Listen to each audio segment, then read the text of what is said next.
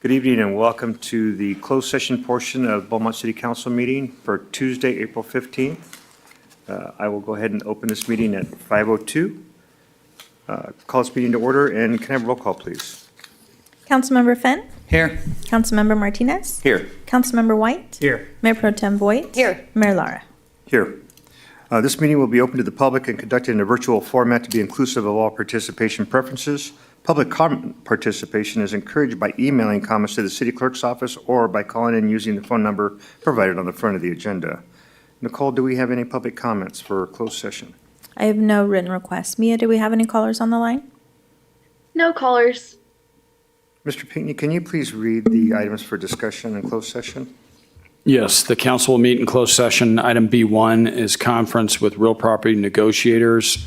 The property is described in the agenda. The agency negotiator is the city manager, Elizabeth Gibbs, or a designee. The negotiating parties are the city of Beaumont as potential purchaser and Doug Jones as potential seller. Item B2 is conference with real property negotiators. Again, the property is described in the agenda. And the negotiator for the city is city manager, and the negotiating parties are city of Beaumont as potential purchaser, and the Beaumont Unified School District as potential seller. Item B3 is conference with legal counsel regarding potential initiation of litigation involving one potential case. And then item B4 is public employee performance evaluation. This involves the city manager. Thank you, Mr. Pinckney. And with that, we'll adjourn to closed session.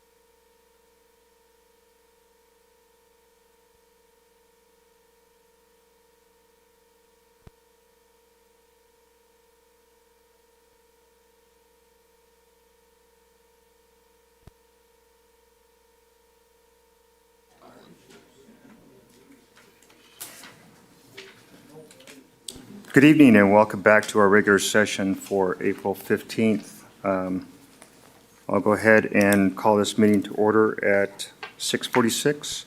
Have a roll call, please. Councilmember Finn. Here. Councilmember Martinez. Here. Councilmember White. Here. Mayor Pro Tem Voigt. Here. Mayor Laura. Here. Mr. Pinckney, can you please report out from closed session? Yes, the council met in closed session. Item B1 was conference with real property negotiators. The property is described in the agenda. There was no reportable action taken on that item. Item B2, also conference with real property negotiators, property described in the agenda, and there was no reportable action taken on that item. Item B3 was conference with legal counsel regarding potential initiation of litigation involving one potential case. There was no reportable action taken in closed session. And item B4 was public employee performance evaluation. Title City Manager, no reportable action taken on that item either. Thank you, and we'll be going back into closed session after we finish our open session.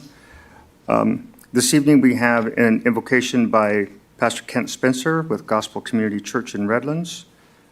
If you will all please stand for invocation and Pledge of Allegiance.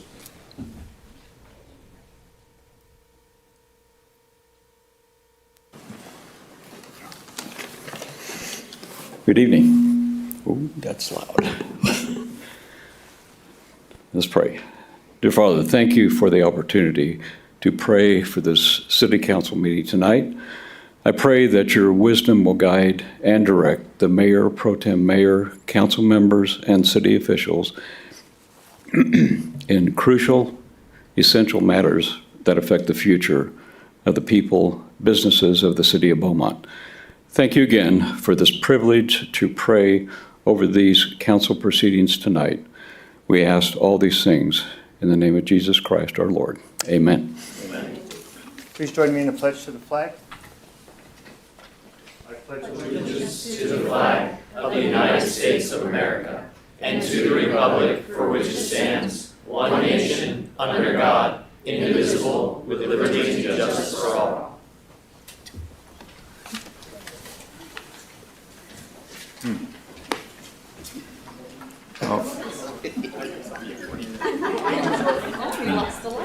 Yeah.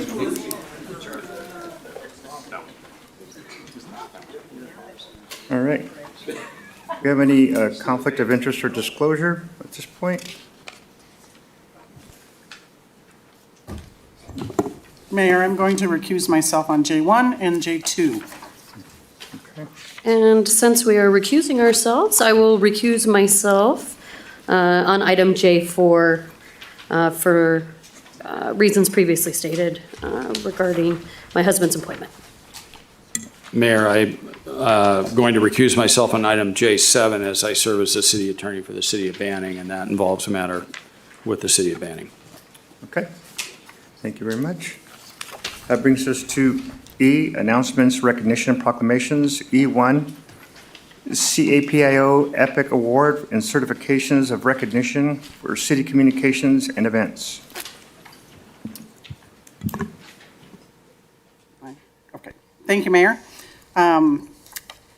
The California Association of Public Information Officials, also known as CAPIO, is a statewide organization dedicated to advancing public communication and outreach for government agencies. At their annual conference a couple weeks ago, CAPIO honored outstanding public agencies and their implementation of effective communication programs. An EPIC, EPIC award denotes excellence in public information and communication, demonstrating creativity and effectiveness in various areas, including communication, marketing, writing, video production, special events, and more.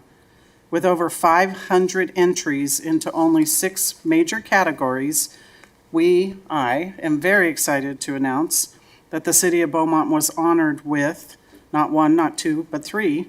Wow. Number 1, the top award, an EPIC award for in-house marketing for Beaumont Nights. Additionally, a certificate of excellence for our city magazine and recreation guide. And finally, another certificate of excellence for the Beaumont Nights as an event series. Our marketing efforts for Beaumont Nights reached over 1.7 million people through social media, online news articles, and live TV viewers in 2 key broadcast news features from KCAL 9 and ABC 7, achieving over $40,000 in free advertising. Beaumont Nights is also being considered as a candidate for the Cal Cities League of California Cities Helen Putnam Award of Excellence, which identifies outstanding achievements and contributions in service to community residents and businesses. So on behalf of the city, I would like to thank our Public Information Officer, Julie Van Hook, and our Recreation Manager, Ashley Starr, for their contributions, and this award really is theirs. Congratulations.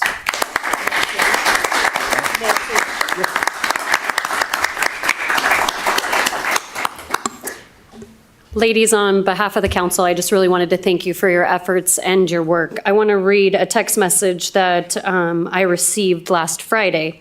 And it says, Beaumont City's new book or news book we get in the mail. We are talking about how cool the things with the parks and activities has in it. Thank you and the city council for all that you do. So it is reaching people, and I really want to thank you guys. So great job. Thank you. Yes. Yes. Picture.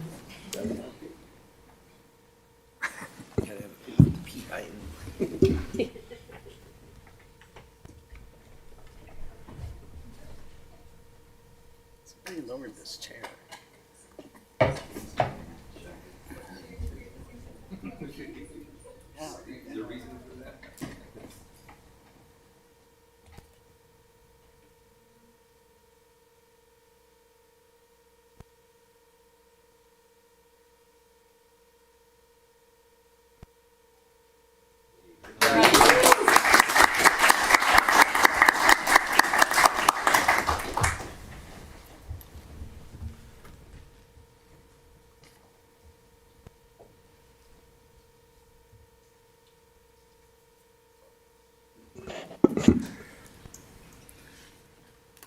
Next brings us to item E2, recognition of Eagle Scouts Trevor Shelton and Nathan Neese.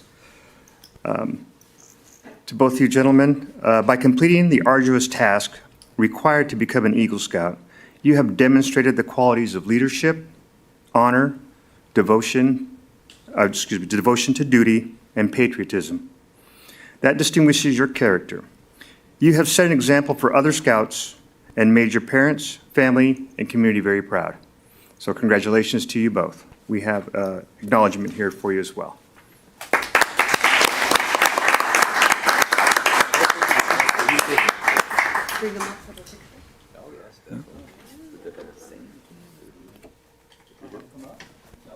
Yeah. Why don't you come on up here? Thank you. Achievement. Which one? Ooh, archery easy. Ooh, archery. The archery easy. Congratulations. Great job. Congratulations.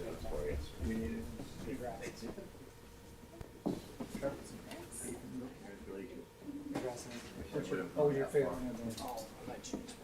Shooting sports. Shooting sports archery.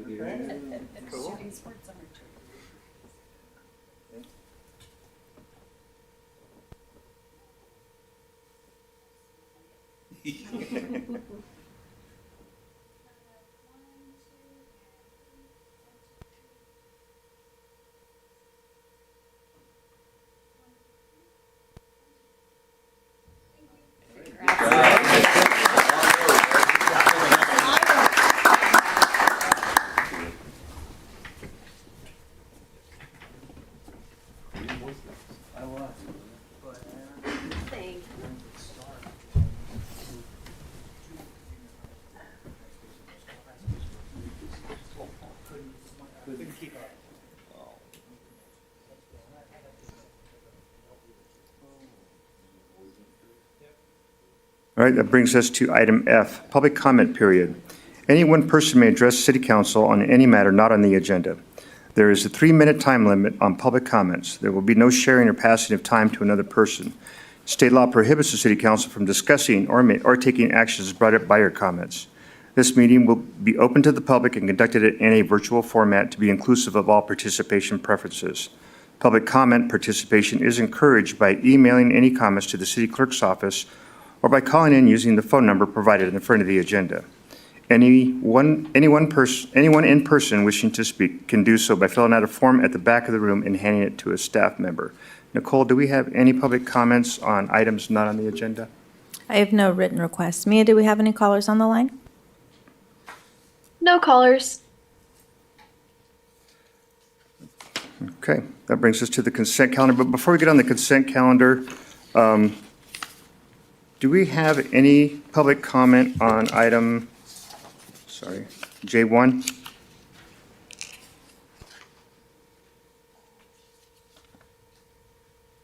Do I need to leave? I'm sorry? Do I need to leave? If we don't have any public comment, we'll be moving this to the end of the agenda. That's okay. Yes, I do have one request to speak for J1. Okay, then we'll go ahead and leave it where it is. And with that, we'll go to consent calendar. Mr. Mayor, Yes, if I'd like to please pull item G2 and G12. G2 and G12. Nicole, do we have any public comments on any of the consent items? I have no written requests. Mia, do we have any callers on the line? No callers. Are there any additional items that council would wish to pull? Seeing none, I'll take a motion on the remainder of the items. Mayor, I'll make a motion to approve consent calendar item G1, G3 through 11, and G13. I'll second. Roll call, please. Councilmember Finn, Yes. Councilmember Martinez. Yes. Councilmember White, Yes. Mayor Pro Tem Voigt, Yes. Mayor Laura. Yes. Okay. Councilmember Finn, comments on? Yes, so G2 is going to be both of them very short, but there is a correction that needs to be made on the minutes for my council member report. There was a clerical error in that Mr. White's report was duplicated onto mine. Mine should simply state that I attended the Riverside Transit Agency's monthly board meeting. Got that? Okay, thank you. And then just wanted to take an extra moment, a great big shout out to staff for putting together our strategic plan in the format that it's in. I think it's great. And then if I'm correct, that there was a change to the document that does not reflect the actual document that's in the agenda packet. And so this can be found on the city's website. Am I correct? Elizabeth? It's not uploaded. Not uploaded yet? It's Okay. not uploaded until council approves it. Okay, gotcha. Okay, all right.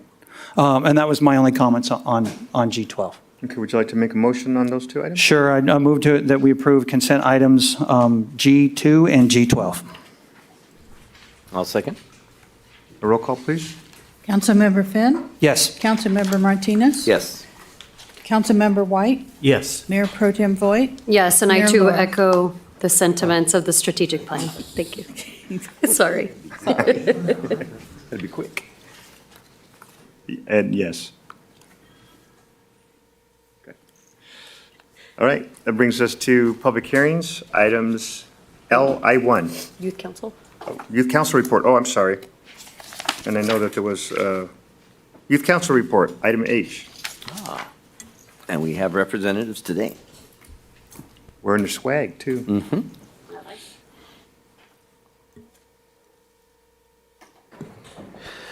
Good evening, Mayor, council members, and city staff. My name is Chris, and I'm here with Candace. to share an update on our most recent youth council meeting. Thank you. Well, we didn't have an official meeting this month due to a lack of members in attendance. We still had an opportunity to stay engaged and productive as a council. One of the highlights of our trip was to the Beaumont wastewater management facility. It was a great chance for us to learn more about how our city handles its infrastructure, and the staff greatly detailed our tour and answered a lot of our questions about it. So it was really nice. In addition to our tour, the members who were present took time to review the agenda items that had been planned for the meeting. So we just went over the highlights and talked about it. We're also excited about the possibility of participating in the upcoming Cherry Festival. We've been brainstorming ideas of a potential youth council float to represent the youth of Beaumont, if that ever comes to light. Nice. As always, thank you for your continued support of the Youth Council. We are committed to staying involved and finishing this year strong with one meeting left next month. So we look forward to that meeting. And that'll be it. Thank you. Thank you very much for the report. Okay. Brings us to item I, public hearings. Item I1, public hearing, letter of action from California Uniform Construction Cost Accounting Commission dated February 14th, 2025. Ms. Elizabeth Gibbs. Thank you, Mayor. On November 21st, the Construction Industry Force Account Council filed a request with the California Uniform Construction Cost Accounting Commission to perform a review of the practices used by the city on the City of Beaumont Park Improvement Project 24-05 pursuant to the Public Contract Code. There was a hearing held on January 10th and subsequently postponed to a special meeting on January 31st.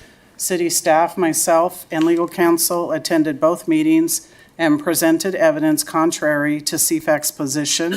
It was, however, determined by a vote of 5-4 of the commission that the city is in violation of Public Contract Code Section 22042.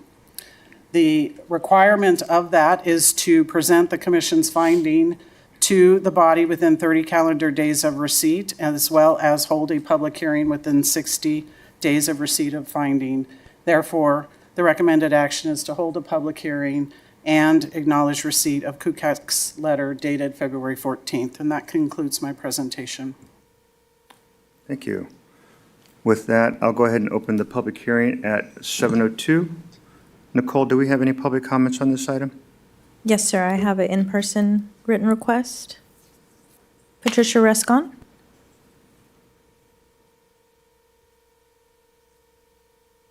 Hi, good evening, Mayor Laura and Council. My name is Patricia Resco, and I'm the Regional Compliance Manager for CFAC, the Construction Industry Force Account Council. And we are committed to ensuring that state and local governments comply with the Public Contract Code. As Elizabeth Gibbs mentioned, on the January 31st, there was a hearing, and the commission did find the city in violation of the Public Contract Code. I just want to take the time now to thank the city for acknowledging the issue and taking the proactive steps by participating tomorrow in a QCAT training seminar with, I'm assuming, all the Public Works Department, and anybody in the city that wants to participate is welcome to listen in. So with that, your commitment to compliance and continuous improvement is recognized and appreciated. To give you a little bit of background, CFAC is also a resource for any questions related to public works bidding and contracting process. I invite any members of the staff and/or city council to reach out to me directly should you have any questions or need assistance in the future. Thank you for your time. Thank you very much for your comments. Nicole, do we have any additional comments? Mia, do we have any callers on the line? No callers. Okay, so with that, I will close the public hearing at 7:04 and open it up to council or a motion. Mayor, I'll move to acknowledge the receipt of KUCAC's letter dated February 14th, 2025. I'll second. A roll call, please. Councilmember Finn, Yes. Councilmember Martinez, Yes. Councilmember White, Yes. Mayor Pro Tem Voigt, Yes. Mayor Laura. Yes. Brings us to item I2, temporary suspension and revision of Beaumont Municipal Code, Chapter 17.11.050, offsite improvements. Mr. Darren, sure, on staff report. Good evening, Mayor and City Council. Tonight, I'm presenting the item for public hearing and council consideration regarding the temporary suspension of the Beaumont Municipal Code, Section 17.11.050, which addresses off-site improvements requirements for residential properties. As currently written, the code requires homeowners to install curbs, gutters, sidewalk, and underground utilities when building accessory structures over 300 square feet, which includes garages and patios. These requirements have costly barriers to residents pursuing modest improvements to their property. In one case, a homeowner was required to install a full sidewalk and underground utilities just to build a detached garage. On March 4th, staff brought forward an item for discussion in regards to this item, and City Council directed staff to bring forth a temporary solution with a more permanent item later on. Staff recommended a 6-month suspension, which would run to October 2025, aligning with the anticipated completion of the comprehensive zoning update, which is supposed to be completed summer of 2025. This action gives city time for a thoughtful review and revise a long-term policy which provides immediate relief to homeowners. On April 9th, the Planning Commission reviewed the draft language and recommended moving forward to tonight's hearing. With that, staff recommends holding a public hearing and adopting the ordinance and resolution to temporarily suspend these requirements. And with that, that ends my presentation, and staff's here for any questions. Thank you very much. I'll go ahead and open the public hearing at 7:06. Nicole, do we have any public comments on this item? I have no written requests. Mia, do we have any callers on the line? No callers. Okay, then I will close the public hearing at 7:07 and open it up for council discussion.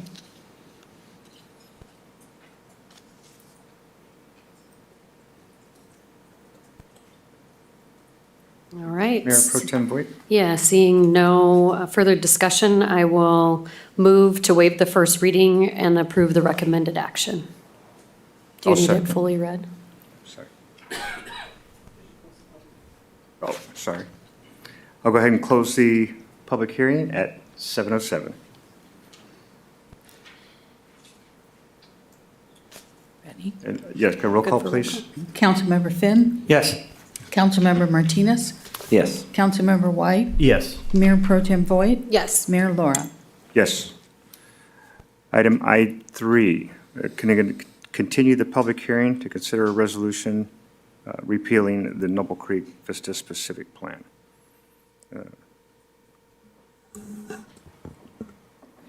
Yes, Honorable Mayor, members of the City Council, this item is being requested to be continued to the May 6th council meeting so that we can identify further noticing and discussion with the property owners.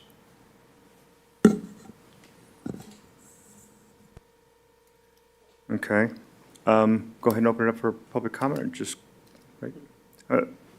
Nicole, I'm going to go ahead and open it up for public comment at 7:08. Do we have any comments on this item? I have no written requests. Mia, do we have any callers on the line? No callers. And just a Okay. correction to your script, Mayor. You can go ahead and leave the public hearing open since we're going to continue it. Okay, we'll leave the public hearing open and continue this. Do we have a, to continue to June 3rd, 2025? I thought he said May something. Is it Mayor, or do you want I'm sorry, correction, June 3rd. June 3rd, 2025? I have a quick question, Mayor. Yes, sir. Is Noble Creek Vista specific plan, is that off of Beaumont Avenue? Just north of Oak Valley? Correct. Okay, thank you. Okay. So then we will continue the public hearing and take testimony on June 3rd, 2025. That brings us to item I4. I'm sorry, we do need a motion in a second. Oh, do we to have a continue. motion to continue the public hearing? Mr. Mayor, so moved. I'll second. Roll call, please.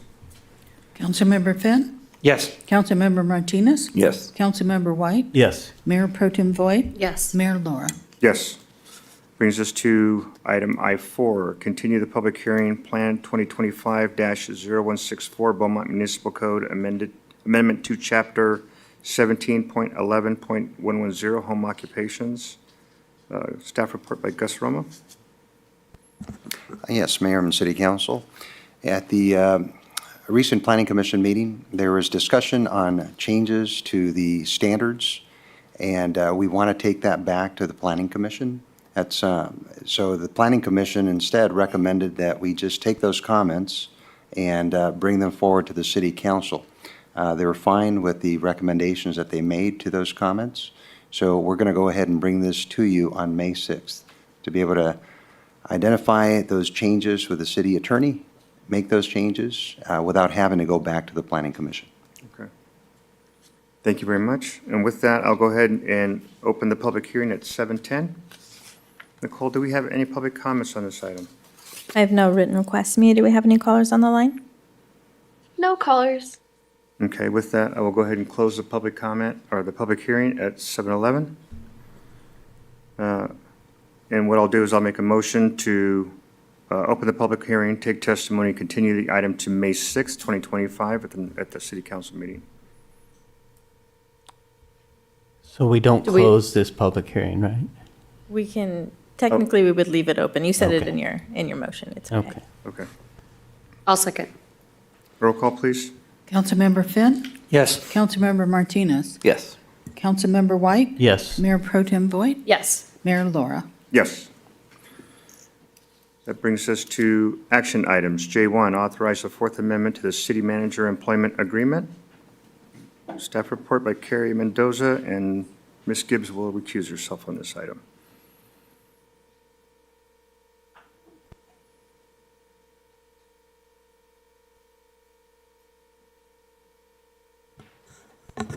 Good evening, Mayor and Council. In front of you have the Fourth Amendment to the city manager's employment contract. Annually, she enters into negotiations with an appointed team. There's one substantive change to the contract this year, and it's as it relates to her base salary increasing.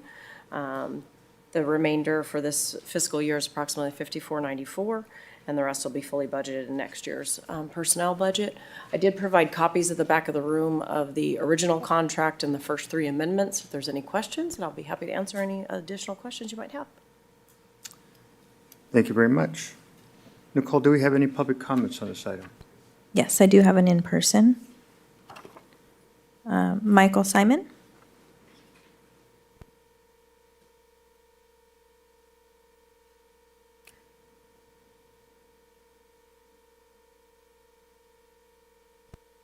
Good evening, I'm Mike Simon. I've been up in this past area for about 25 years and had the pleasure to work with Elizabeth for many things. T now, when she's part of transportation, which she brought forth.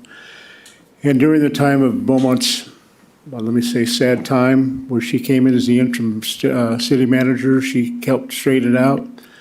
And then she retired, semi-retired, I guess you could say, and you hired a city manager, and that didn't work out, so you brought her back as a city manager. And these last few years, she has just brought the city of Beaumont alive. She bleeds and loves Beaumont. What I've seen in the last 5 years, Beaumont has come alive. They're trying to bring Calumet and Beaumont into the past area, the development. All she's done has been for Beaumont. She is an awesome lady. If you have any hesitations, I suggest you change that, because you get rid of her and you'll get rid of a driving force in the city of Beaumont. She's awesome. Thank you. Thank you for your comments.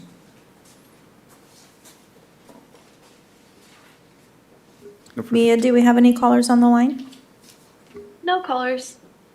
Okay, I'll open it up for council discussion.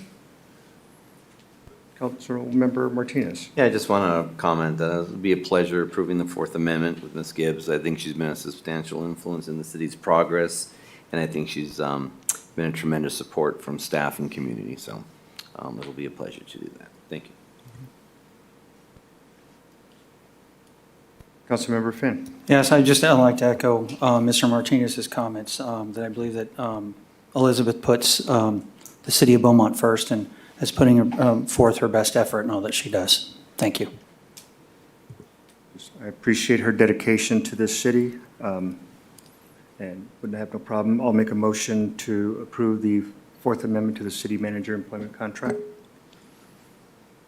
I'll second. A roll call, please. Councilmember Finn, Yes. Councilmember Martinez, Yes. Councilmember White, I am unable to support the terms of this amendment and contract, and since it's a personnel issue, I'm not going to go into any further discussion. My colleagues know where I stand on this, so I'm going to vote no. Mayor Pro Tem Voigt, I too have some reservations regarding the contract. My council knows where I stand as well, so I will be voting no as well. Mayor Laura. Yes.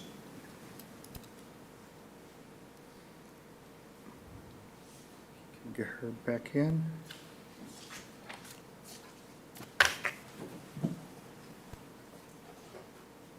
Oh, wait, she's got to be out on this one, too. No. My fault. She's. This brings us to item J2, approve a memorandum of understanding with Cherry Festival Association for the 2025 Cherry Festival event. Staff report by Mr. Romo. Yes, Mayor and City Council members. This is a consideration of a memorandum of understanding with the Cherry Valley Festival Association and the City of Beaumont for the 2025 event. It's co-sponsorship and additional support that's being requested by the Cherry Festival Association, including public safety, expanded shuttle service, parking support, and traffic control operations. So as everyone knows, the Cherry Festival has been happening for over 100 years, promoting community spirit and generating significant economic vitality. At the March 18th council meeting, council authorized a sponsorship in the amount of $100,000 to be paid directly to the entertainment vendor on behalf of the Cherry Festival Association. Additionally, a subcommittee was formed consisting of Mayor Pro Tem Voigt and Councilmember White in an effort to collaborate further with the Cherry Festival and also the Parks District, the Beaumont Cherry Valley Recreation and Parks District. Several meetings have been held since and has led to a draft memorandum of understanding between the City of Beaumont and the Cherry Festival Association outlining each party's responsibilities for this 2025 event. Now, keep in mind, our current MOU exists between the Parks District and this Cherry Festival Association. Both the CFA and the Parks District have recommended the city be in the MOU to assist with insurance coverage, among other tasks. So the terms of this particular agreement that you have before you, again, the city to serve as a co-sponsor of the event, thereby bringing in their insurance. City or the CFA to acknowledge the co-sponsorship in all event-related marketing materials. And the term of the agreement is only during the event, so from April 15th to June 1st. The CFA will provide any and all fencing expenses for the event in accordance with the approved fire marshal codes and regulations.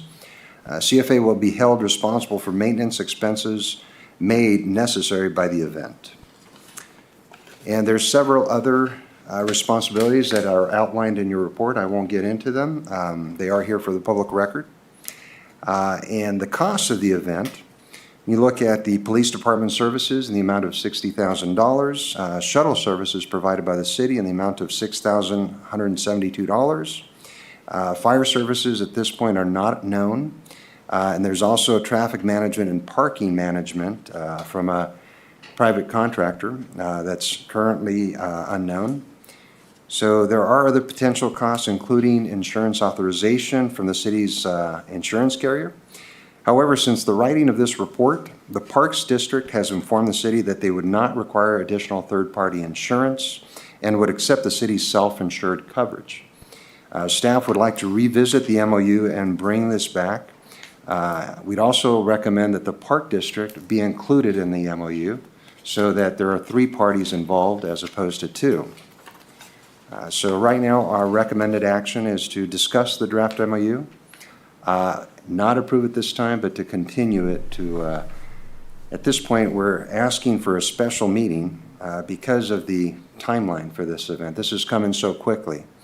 The next meeting, of course, is May 6th, but we're feeling that that's very close to the event. So we'd like to see if a special meeting could happen as close as next week, but I'll defer to the city attorney for that. That concludes my report. Thank you. Thank you, Gus. Nicole, do we have any public comments on this item? I have no written requests, but we do have Mickey Valdivia on the line to answer any questions should council want to ask. Thank you. Double check. Mia, do we have any other callers on the line? No callers. Okay, so with that, I'll open it up to council for discussion. Councilmember White? Okay, so at the last meeting, we were asked to make a sponsorship donation. I think it was $350,000, something like that. And we had decided that we would contribute the $100,000 that we've done, and per Mr. Martinez's suggestion, we indicated that that would go to the entertainment. I was concerned at the time that we're spending our resources on something that may not continue after this year. And I wanted to have a discussion with both groups to find out whether or not we will continue in future years. I want to first acknowledge that the Cherry Festivals Association had a changeover in their executive board. Pretty much most of the executive board, if not all of the executive board, changed over. And at the same time, we started developing Stewart Park, which required us finding another location for the Cherry Festival. I think at this time, we have now recognized that this has always been a city event. And it is something that at Stewart Park, we didn't need to charge rent. And there were a lot of things that the city, no one's ever asked us about the transit, those kinds of things. So during the process, we had a couple meetings, one big meeting with both groups, and then we had I met with both sides a couple times. And what I learned was that the Cherry Festival was having difficulty getting the limits, the insurance limits approved that they had agreed to with the Parks District. So Parks District is at a point where they have to decide whether to move forward, and without the insurance coverage, it was likely that it would stop there. And so we started talking, brainstorming, going back and forth, and I think Jessica and I recognized that this event was not going to continue if we didn't get involved. And I don't want to be the council member that has a 105-year tradition while I'm a council member, if there's something that I can do about it. I think part of the problem we've had this year is there was not a whole lot of scheduling and pre-planning. And I think the idea at this point is to get something, an MOU agreement for this year, and get all the parties back to the table the month after, do a debriefing, figure out what we did right, what we did wrong, and then start to put together a 3 to 5 year plan. But again, I don't see how this event goes on without the support from the city at this point. There's a lot of details that we have worked out. There's other details that we need to work out. But as you all know, a subcommittee can only suggest and give ideas. So that's why we've come back to you tonight, is to further discussion so that it can fine tune the MOU that we have currently and decide whether or not we want to help this continue past this year. And I think that's all that I have to say at this point. Thank you very much for that update. Other comments from council? Okay. But I'll jump in, I guess. Councilmember Martinez? Yeah, well, so, there's nothing like pushing someone in a corner and then saying, well, if you don't do it, then it's not going to happen. It's baloney. It really is. Because I feel now that if we do cut it, then the festival goes down. But now if we go through it with what I see, our liability is going up, and there's so much on the hook now, we don't have another insurance going on with another entity. I mean, there has to be a point where we decide whether we can do this or not. Because we cannot be pushed in this corner all the time to be asked for additional money and additional liability. It's not fair to our residents. Not a signature event like this. This is a signature event. So it should be planned ahead of time. We're coming up, weeks ahead, and we're talking about this right now. It's not fair. It's not fair to the residents. It's not fair to the council. Because it puts us in a position where we're going to have money that we weren't planning on. We have other expenses to deal with, and now we have to pull out of that to cover this. And it's just not fair to the residents. They're owed better. And it goes down to planning, and it goes down to the 3 entities talking together. This MOU doesn't have the Parks Department in it. Why not? Why is the Parks Department not in this MOU? Because originally we thought that it made best sense at the time to just include it between us and Cherry Festival. I don't know if you know or recognize that there's an issue with those two agencies getting along? And that's what I'm getting at. And you said that we needed a point to decide where this is that point. Well, but it seemed like there was a point last year, too. It seemed like there was a point last year, and then this year we started out with $300 and some request, which showed that the budget wasn't being covered properly, so they needed more. And now we're coming to another point where we're saying, okay, well, we need not only additional money, but now we need more stuff to be done. So to be fair with the Cherry Festival Association, they were responding to instructions from our city manager to put together a list of ideas and things that they wanted. So the 350 was that list. Right. It was not what they needed Well, to not survive this necessarily, year. because that had scholarships and stuff on there. That was not a direct request from that. But anyway, let's continue. So I understand that we're at a point, and we're at a point where we are. And I realize that if you're going to go forward, then this is the best that we have. But I'm being asked to approve something that has unknown dollar figures between fire and I don't, management. no, you're not being asked to approve anything. We're asked to go into MOU, and we'll. We're being asked to give direction to staff as to what, if there's an MOU coming out of this, or what we want the MOU to be. We can still say, sorry, we want our 100,000 back and pull out. There's nothing stopping us from doing that. Okay, but let's look at what we're expecting to do. We're expected to approve an MOU to go forward. We're expected to absorb the 60,000 here and 6,100 here. We're expected to approve something that has no dollar amount by fire services and no dollar amount by time management.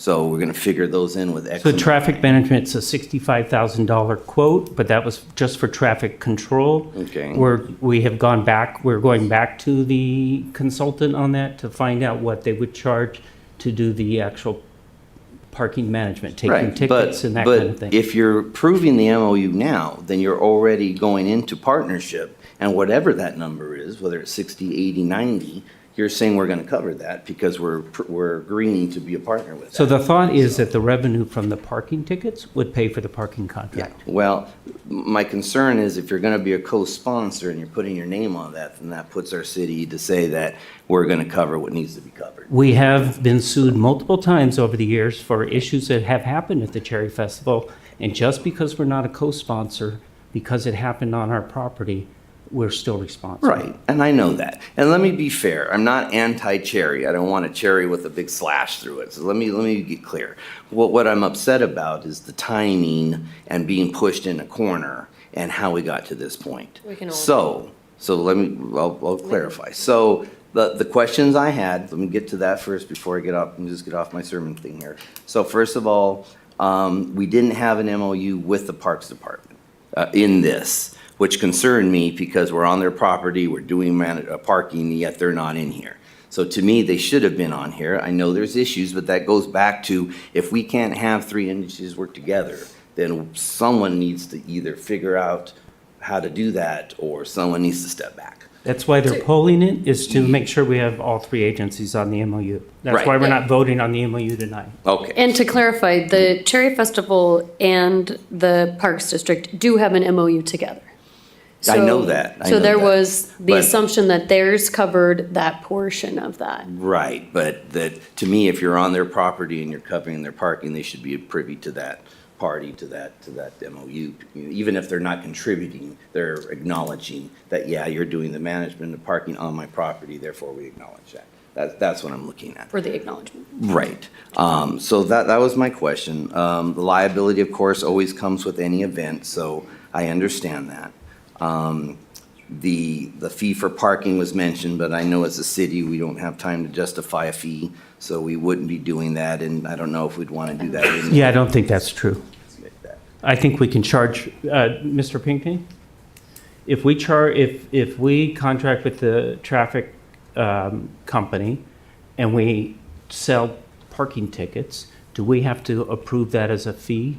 Does the city have to come back and do an ordinance or resolution to approve a parking fee for parking tickets? Or would need a study to do that? It should be cost-based. Honestly, I'd have to think about that. because we're doing it, we're parking on district property. Is that correct? Mm-hmm. Okay. And then we're providing a service, we're providing traffic control and. That's the consultant that would be hired. Yeah, to and do so all the that. fee would be to just recover the expense, not to make a profit, but to cover the expense. Correct. All the Yeah. fees from the parking would go back to pay the parking contract. Yeah, so it shouldn't be a revenue generator. If it's a revenue generator, then it could be perceived as a illegal tax. So it should just be to recover costs associated with providing that service. All right, and then while we're talking about parking, there's, I heard possible that we could be parking at the school district and using their parking lot. Well, now you're talking about someone that's making arrangements where we're in charge of parking according to this, and then someone else has done something, so they should be a part of this MOU. Yeah, let me speak to that real quick. The idea of the parking, first of all, I don't know that this has been discussed explicitly, but we had decided with conference with the chief and Captain Ramos that we would have the parking go in from Cougar, back door into Cougar, so you have one way in and two ways out, technically. The idea of parking at the school district was to get people out of their cars and into the buses. And so, yes, that is an issue that we're reached out, or someone has reached out to the school district to find out if we can do that. We also want to park people at the sports park. So if we're in charge of the parking, then we should be privy to whoever that agency is as a part of our. Well, they're not going to do the parking at sports park or the school district. They're just going to do the parking at Noble Creek. Okay, so the school district's out of the picture? They're not required, permission. just, we want their parking lot. Oh. That's all we're asking. Okay. All right. So, and let me clarify. One, I appreciate the subcommittee's work. I know it's just difficult to jump in and have to put it together. You do the best you can with what you have. So I understand that completely. And I'm not anti-cherry. I want that completely known, because I don't want it in the paper. Martinez wants a council cherry festival. But I'm just trying to make sure that we're not at this point again, because it just isn't fair to have to be playing and asking for more money, and it's just not fair to the residents. They demand more professionalism, and they demand it to be done better. So that's why, Mr. White, I do appreciate that when you said you're going to get together at the end and have that discussion. I was just going to suggest, would it help if the MOU puts out a timeline and schedule for next year and a drop dead point? Yes. If by November 1st, we haven't agreed to whatever, and I'm just throwing a date out hypothetically, we haven't agreed to moving forward, then we're out. Yeah, we need benchmarks in there, so I would appreciate that. So that's all I have. I'm sorry. I feel a little better getting it off my chest. Let's see.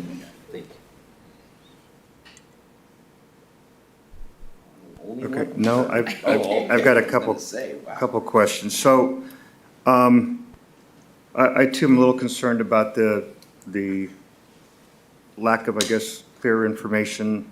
I do appreciate the committee and putting together what we have.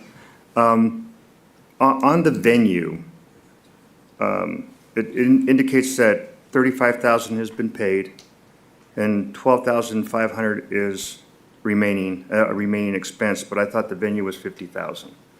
It is. Okay, so those two numbers are $37,500, so it is $50,000 then. It is 50. Okay. So one of the things I really want to make sure that, and if we have to have the special meeting, I support that, but I need all the numbers so that we know exactly what the city is going to be in for, so that there's no guesswork, or we commit to whatever that dollar amount is, and then they come back with, well, we didn't count this, so we didn't. So I want to know what the number is for parking. I don't really want to support charging for parking. We've never done that in the past that I'm aware of. I just think it's an added expense to the residents of Beaumont to have to pay for that. On the contracting fees and contractors, is that one and the same, or are those two different items? Because we're spending almost $60,000 on contractors. I think we could have, Sorry, that's. the Cherry Valley, the Cherry Festival Association is here to come speak. Okay. Hi, hello. Hi. That is office management, so those are 1099 contractors that the Cherry Festival Association has hired on to help with office management, our marketing, things like that. So the things that we feel like us as volunteers, from the association standpoint, didn't really have much experience in, and we're seeking outside help to be able to, expand on things like marketing and paper filing. Well, and I So, appreciate you stepping up to Yeah. take on that task. I know it's very daunting, I'm sure. Thank you. 35,000 for fencing. And Noble Creek is fenced off. Are we adding fencing? Yes. Yeah, so it would be, it's kind of a mixture of grounds just in general. So we go through a contractor who provides temporary fencing to Okay. completely barricade like a whole perimeter. Okay. As well as like porta potties, additional like toilets for Okay. everybody. And I believe that's really all he does provide. Last year, that expense.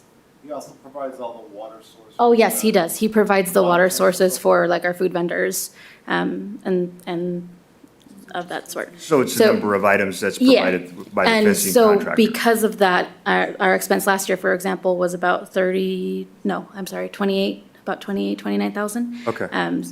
But that was just the one contractor, so there were multiple that had to be a part Okay. of that budget.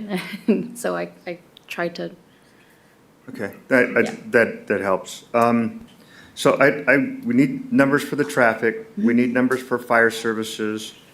I too would want a three-party MOU, since we are with the Parks Department, or we're using their venue, obviously. Yes. And we are part of the parking, is what we're being asked to do, but parking is on Parks Department property, so I think it's got to include all three entities. Even though I understand, as a subcommittee mentioned, that you guys have an MOU with the Parks Department, and that would work fine if it was just the two entities that are moving forward with the festival, but now that the city is involved, I think we need to have a complete MOU with all three entities, so that everybody's clear on what the responsibilities are. And I think that MOU moving forward will help identify future responsibilities and who's responsible for what aspects of the carnival, at least in my opinion. Councilmember White talked about bringing parking in from Cougar. Is that a dirt road? Yes. Do we know who owns the property that we'll be crossing to get to the Park District? Is that owned by the Park District? No, but that has been, I've talked to the property owner. Mickey's talked to the property owner. I think Ari's also talked to the property owner, and the property owner is willing to support this. Real quick, can I just jump in? Sure. These expenses that are listed here, those aren't, the expenses paid are not necessarily our responsibility. No, I understand that. They're just but- giving us an understanding of where, so we're not paying for fencing. So. No, I I'm sorry, understand that, but it goes to the total expenses. I understand. Yeah. And I think that's. I would be able to clarify, sorry. So currently, those are the expenses that have been paid, and we do have allocated expenses. Our budget for this year alone was about $340,000, and we are coming up on that. So that's just kind of where we are standpoint, and with all of the additional expenses, like a third-party company for parking, as an example, it would put us over the budget. So Right. That was just kind of a general idea of where we were at and what we still had to pay out, should it be us that had to do it alone.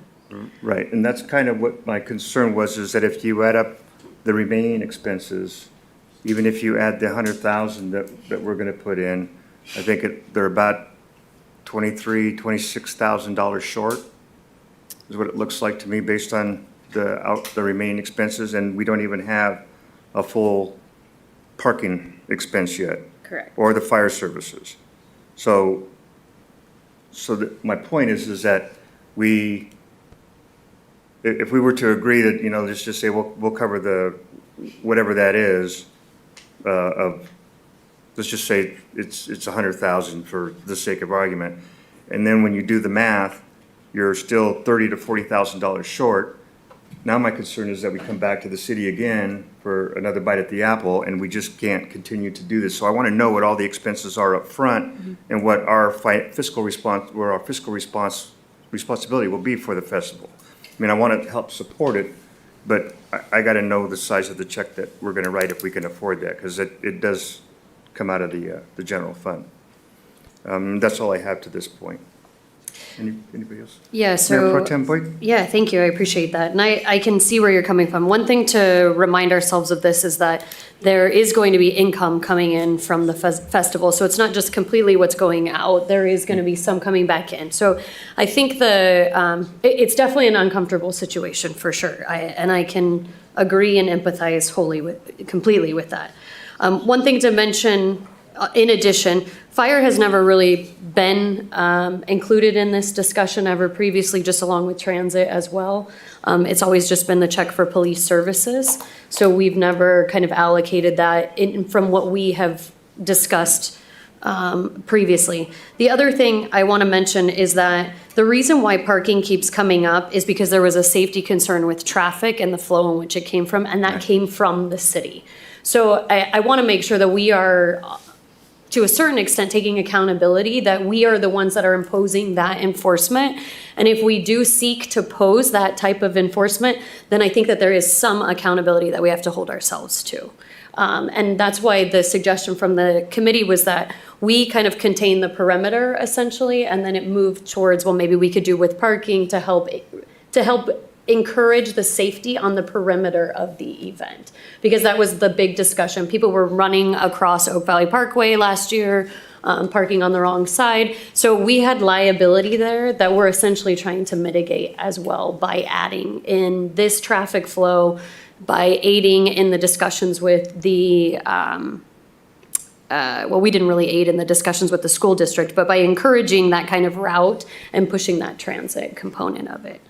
So I think that we're all in agreement, to kind of sum this up, is that we're all in agreement that we need a little bit of more numbers, hardcore numbers. And I think that we're all in agreement in that. I think we're all in agreement that we need a three-party MOU, so we can move forward with that. And it seems like there's consensus that the special meeting is going to be needed because, as Councilmember Martinez pointed out, we are in a horrible situation up against time. And so I think we don't have a choice at this point. And you are absolutely right. We have to think about the future. So we will put in benchmarks, and written on the notes from the last time that we met, just so that you guys are aware, an after action review will occur the week of the 14th. That was discussed with regards to that, July 14th. And then we also discussed some other traffic things. So if we want to put in more parameters, I fully support having a further discussion about that at that special meeting, because I think that we are taking on the liability. We are carrying this essentially at this point. They're putting in a lot of the work, but we are coming in on the stallion, right, to rescue the event, for a lack of better terms. So my suggestion would be that we continue to mull over some of this and bring it back to that special meeting that we kind of, since we all three agree on, not all three, excuse me, since we all agree on that. And that would be my suggestion. Councilmember White, you have another comment? Yeah. First of all, I want to clarify, the parking contract quote is in your documents. Right, I saw that. Okay. The only difference is that that does not cover them taking tickets or checking phones as people are driving in. So the idea was that we could go back and find out what that would cost to do that. Okay. But I know you don't want to do parking and we don't want to charge for parking, but I can tell you right now that we need to lessen the traffic, and it's sort of like pricing for toll lanes. The price is not what you're getting for it. The idea is the price changes your behavior.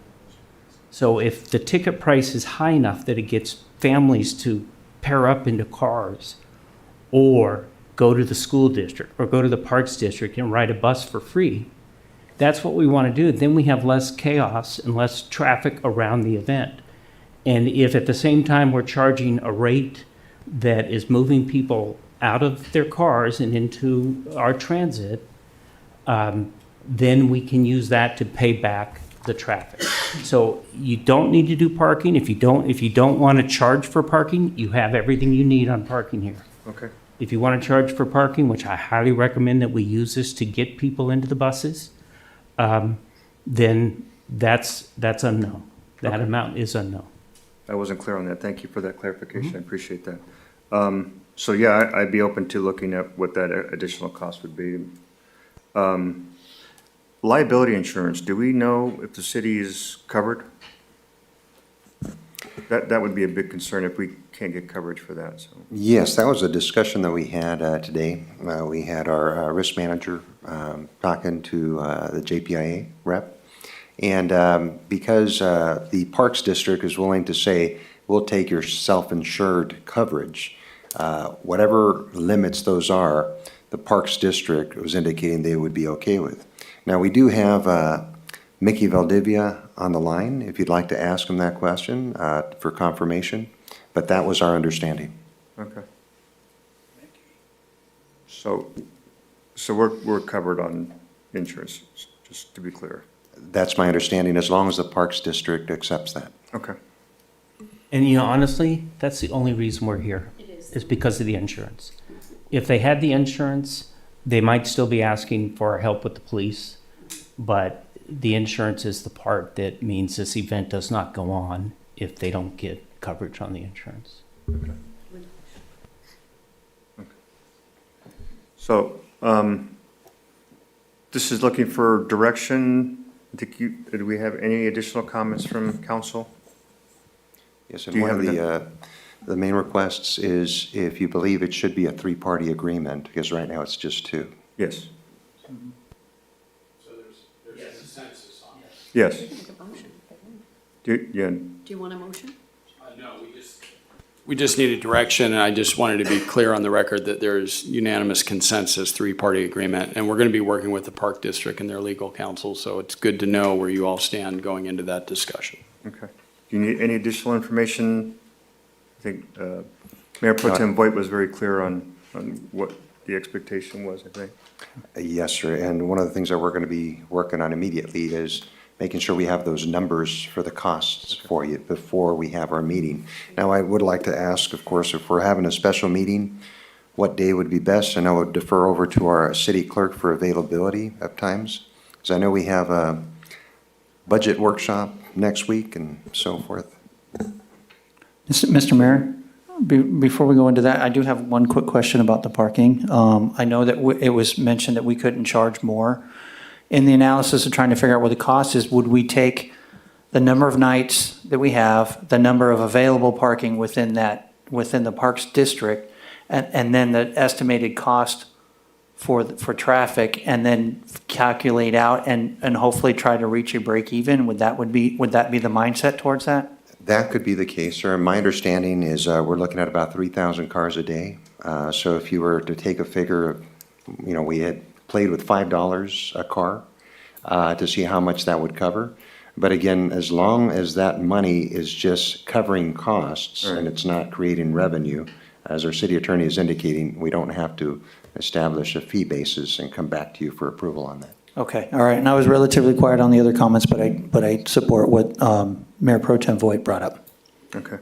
Can I ask legal one question? In the event that we do state it's $5 with a break even, anything that is excess, can that go towards sponsorships at that point? Or is that still considered revenue? Sponsorship of the festival? No, I shouldn't say sponsorship, maybe Contribution, donation to the Cherry Festival. either a donation back to the Cherry Festival, or I don't know if they had volunteers that were the high school students, let's say, or if our Beaumont student council was there, could we give that back to the student council as a scholarship? That's the word I'm looking for, scholarship. So I think we are going to need to, at the staff and legal level, spend a little bit more time thinking about the fee and how we're going to do that, because normally with fees, we do a public hearing, and so we're going to have to think about that a little bit, and then perhaps at the special meeting, give you our thoughts on that, plus, what things are going to cost and whether we can charge the fee or not, given the lack of time available to, do a thorough analysis. But a fee, as I mentioned, should be to recoup the cost of providing the service, not a revenue enhancement type of scenario. If we're making a profit and then we're giving that as a donation, then that might exceed what's permissible. But I think we just need a little bit more time to think about how we're going to structure that. And in my position, if it's too much of a headache for charging for parking, that's not a deal breaker. But we do need parking. Yeah, no, We have to I have agree. control over the parking flow. You explained it very well. I appreciate that. Can I ask Mickey one question? Mia, do we still have Mickey Valdivia on the line? Yes. Okay, go ahead and transfer him through.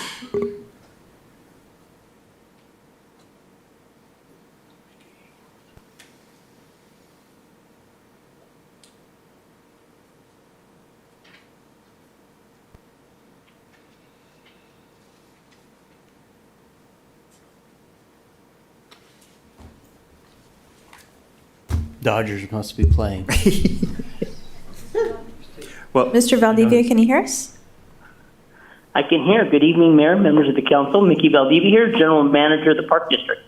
Mickey, thank you so much for your help and support on this project. You guys probably have a total parking number that you guys can park on your property? We assume, yes, the Dodgers are playing, Lloyd, but I can hear you, yes. Okay.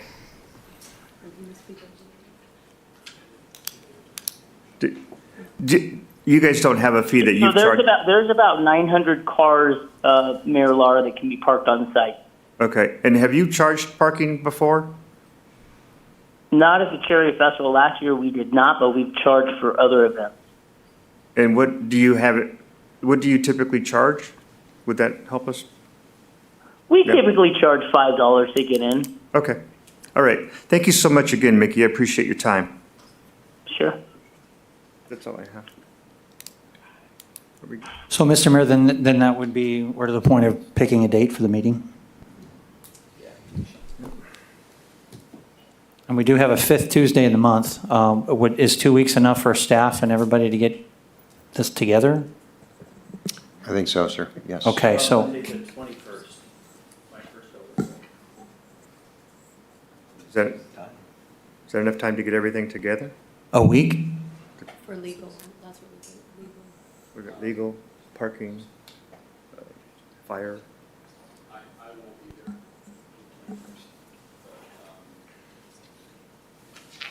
So can I understand the fire issue? Do we charge ahead of time for fire? Or is it if there's an incident and we have to pay fire? How does that work? I think we got a chief back there.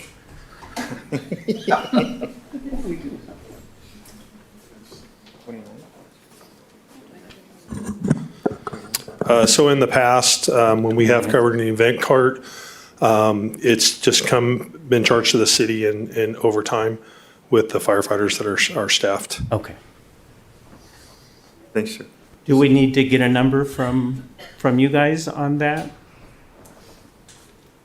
Yeah, we can provide a number. It'd be for the two firefighters and for the vehicle. We can come up with a number. Thank you. Does the 29th work for you, Councilmember White? One other fee that we do also charge, but it's part of the city fees, is we have our fire marshal doing all the inspections. Okay. And they're also at the event for the whole entire time. Okay. Thank you. So, Tuesday, the 29th? well, there's been some meetings scheduled and then canceled. Nicole, the animal control meeting on the 29th, is that the new time or the canceled one? I'll have to look that one up. I don't have that on my Okay. calendar, but I will look Yes, it up. I'm free on the 29th. 29th at 5? Mm-hmm. Fairy Festival is available on the 29th at 5? Yes. Always smiling. I like that. Do we need Nicole, are Mickey? you available on the 29th at 5? Do we need Mr. Valdivia? Yes, I'm sorry? Do we need Mr. Valdivia there? Probably, just in case there are questions that come up. Are you available, Mr. Valdivia? Sorry. Yeah, I'm available on the 29th. We're also going to have to hold a special meeting as well. We might do it that same night, but maybe an hour or two after yours. Okay. Mr. Gus, are you available on that evening? Oh, absolutely, sir. John? So it looks like 29th at 5? Okay. I do show the Animal Control Committee meeting on the 29th at 5 PM. It's still on the calendar, but I don't know if there was discussion of changing it. Didn't we get a notice about it being canceled and rescheduled, or was that the truck route meeting? Is that the one I'm thinking of? I think it is. The truck route meeting is for Ms. Voigt and I, and that's in May. Okay.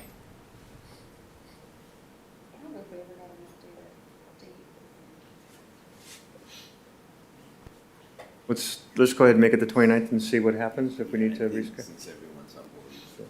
Yeah, let's do that.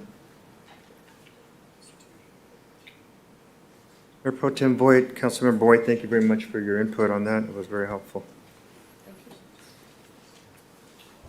Yep. That brings us to item J2. No, J3. Sorry, that was just J2. Deja vu.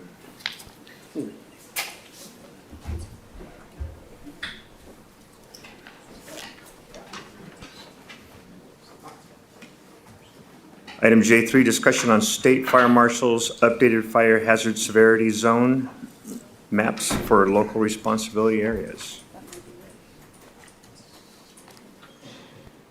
You don't look like Chief Hopkins.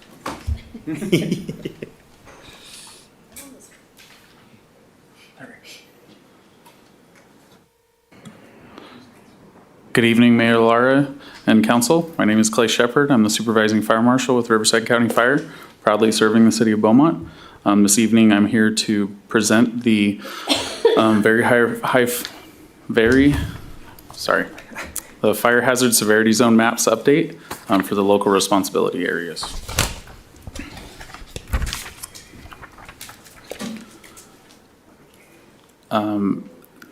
A fire hazard severity zone is an area that the state fire marshal has identified as being a risk of wildfires. These zones are ranked as moderate, high, and very high based on factors such as vegetation, topography, weather conditions, the slope of the hills, as well as the increased fire danger based on a variety of factors.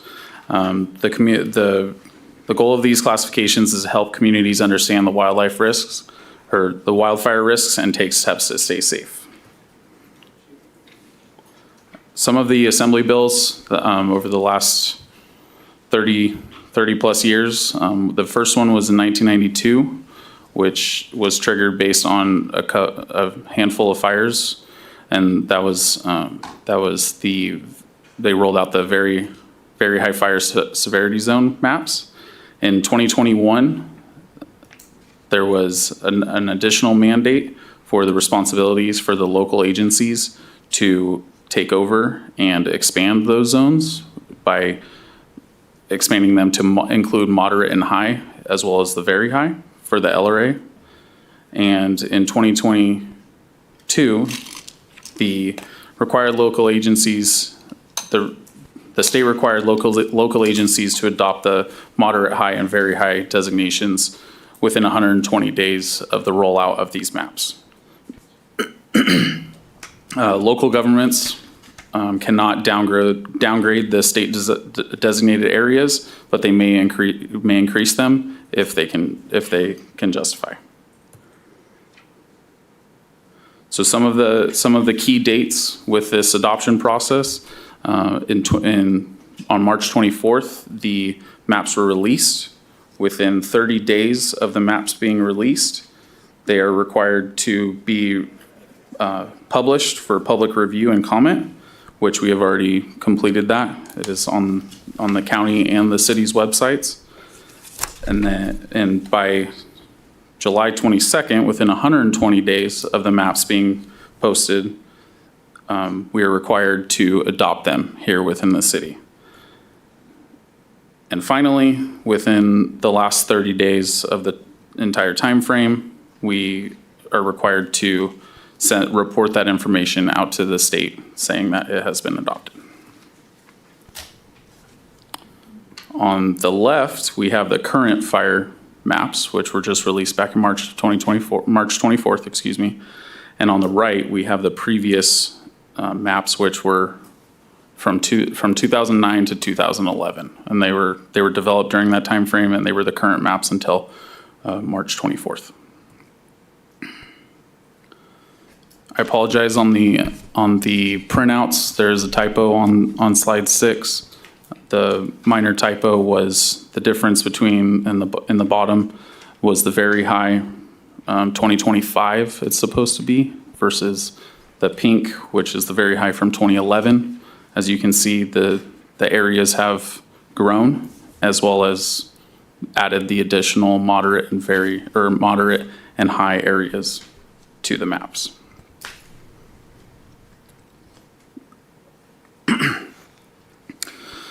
The properties, the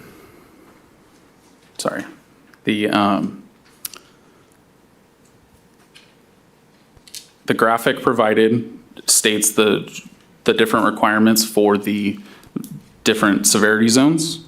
The designated moderate, high, and very high severity zones based on the terrain and topography, the vegetation and fuel conditions, as well as the fire history and the frequency, as well as climate and weather patterns.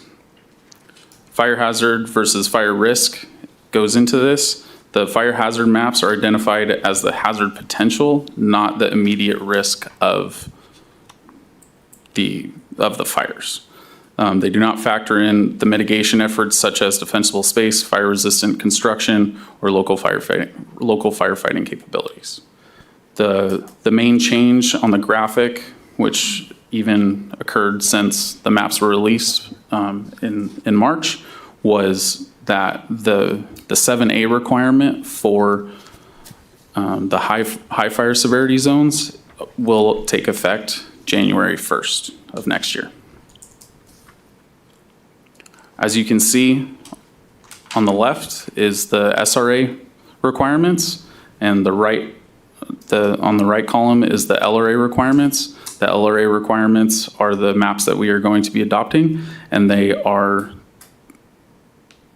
there's less requirements for the LRA maps versus the SRA maps. And again, the item that changed since the maps were released in March is the 7A requirement not taking effect until January of 2026.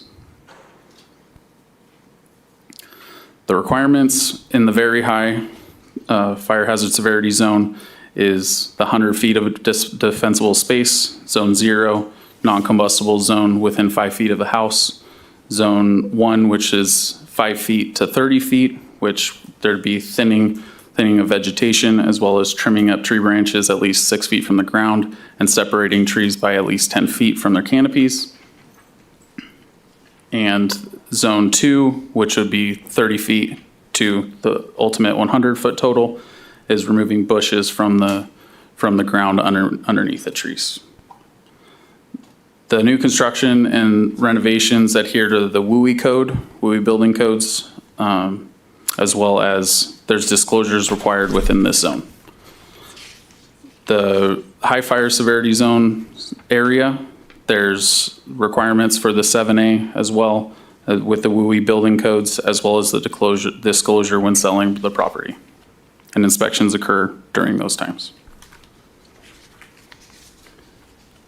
Here are some available resources which have been provided. And myself, as well as other fire marshal staff, are here to answer any questions you may have. Thank you very much, Mr. Shepard. Nicole, do we have any public comments on this item? I have no written requests. Mia, do we have any callers on the line? No callers. Okay, then with that, I will open it up for council discussion. Councilmember Finn?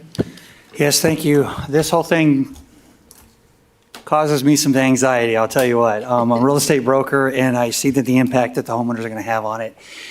And I think it's going to be very, very hurtful to the Pass area, unfortunately. For the benefit of the council, what I see in a real estate transaction is every property, they're required to do a natural hazard zone disclosure report. And in that report, they check for several things: earthquake faults, flood zones, and what we always look for is what fire zone is the home going to be in. If a property shows up in a very high fire severity zone, then there's some additional disclosures that are given to the buyer. The seller is required to fill out their knowledge of what has been done for a defensible space.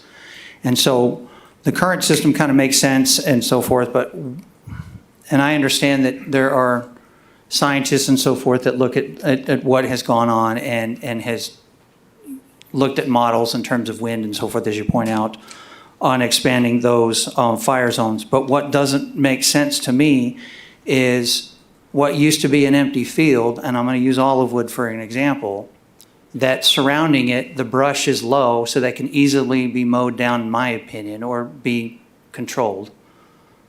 I understand that we had the fires in Palisades and Altaloma, but prior to that, CAL FIRE has done an absolutely fantastic job at protecting property.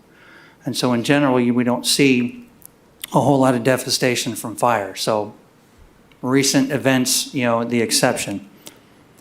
But where I get a little confused is how the state can come in and say, for example, the entire neighborhood of Olivewood is now in a high or very high fire hazard severity zone, yet it's surrounded by homes, and to the south it's somewhat protected from the warehouses on the south side of the 60 freeway.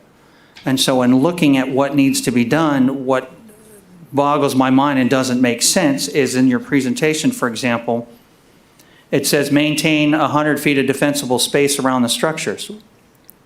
If we, hopefully you guys can follow along with me on this. On the agenda, page 320, it shows that map. You'd have to zoom in and kind of know where Olivewood is, but right where the number 60 is on the 60 freeway, it is to the right of that. You see a little orange blob in the middle. That's the middle of the neighborhood in the high fire hazard zone.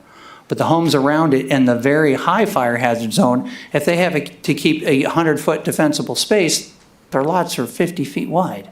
How does a homeowner take, what do we do? And I know that we may not have answers for that tonight, but it causes some issue that I think that it's going to scare off potential homeowners coming to Beaumont. We have a bad rap for property taxes, unfortunately, with CFDs, and that's due to we're a new town. But when we factor in insurance on top of that, if an insurance company is now not going to want to provide insurance for a homeowner who now Olivewood is nearly built out, they purchase those homes as not being in a high fire hazard zone. They have the potential risk of losing their insurance. And I do understand that the insurance will look at their own way of determining do they want to provide insurance and so forth. But it's one more layer or one more excuse they can easily say, you're in the local area zone, we're out.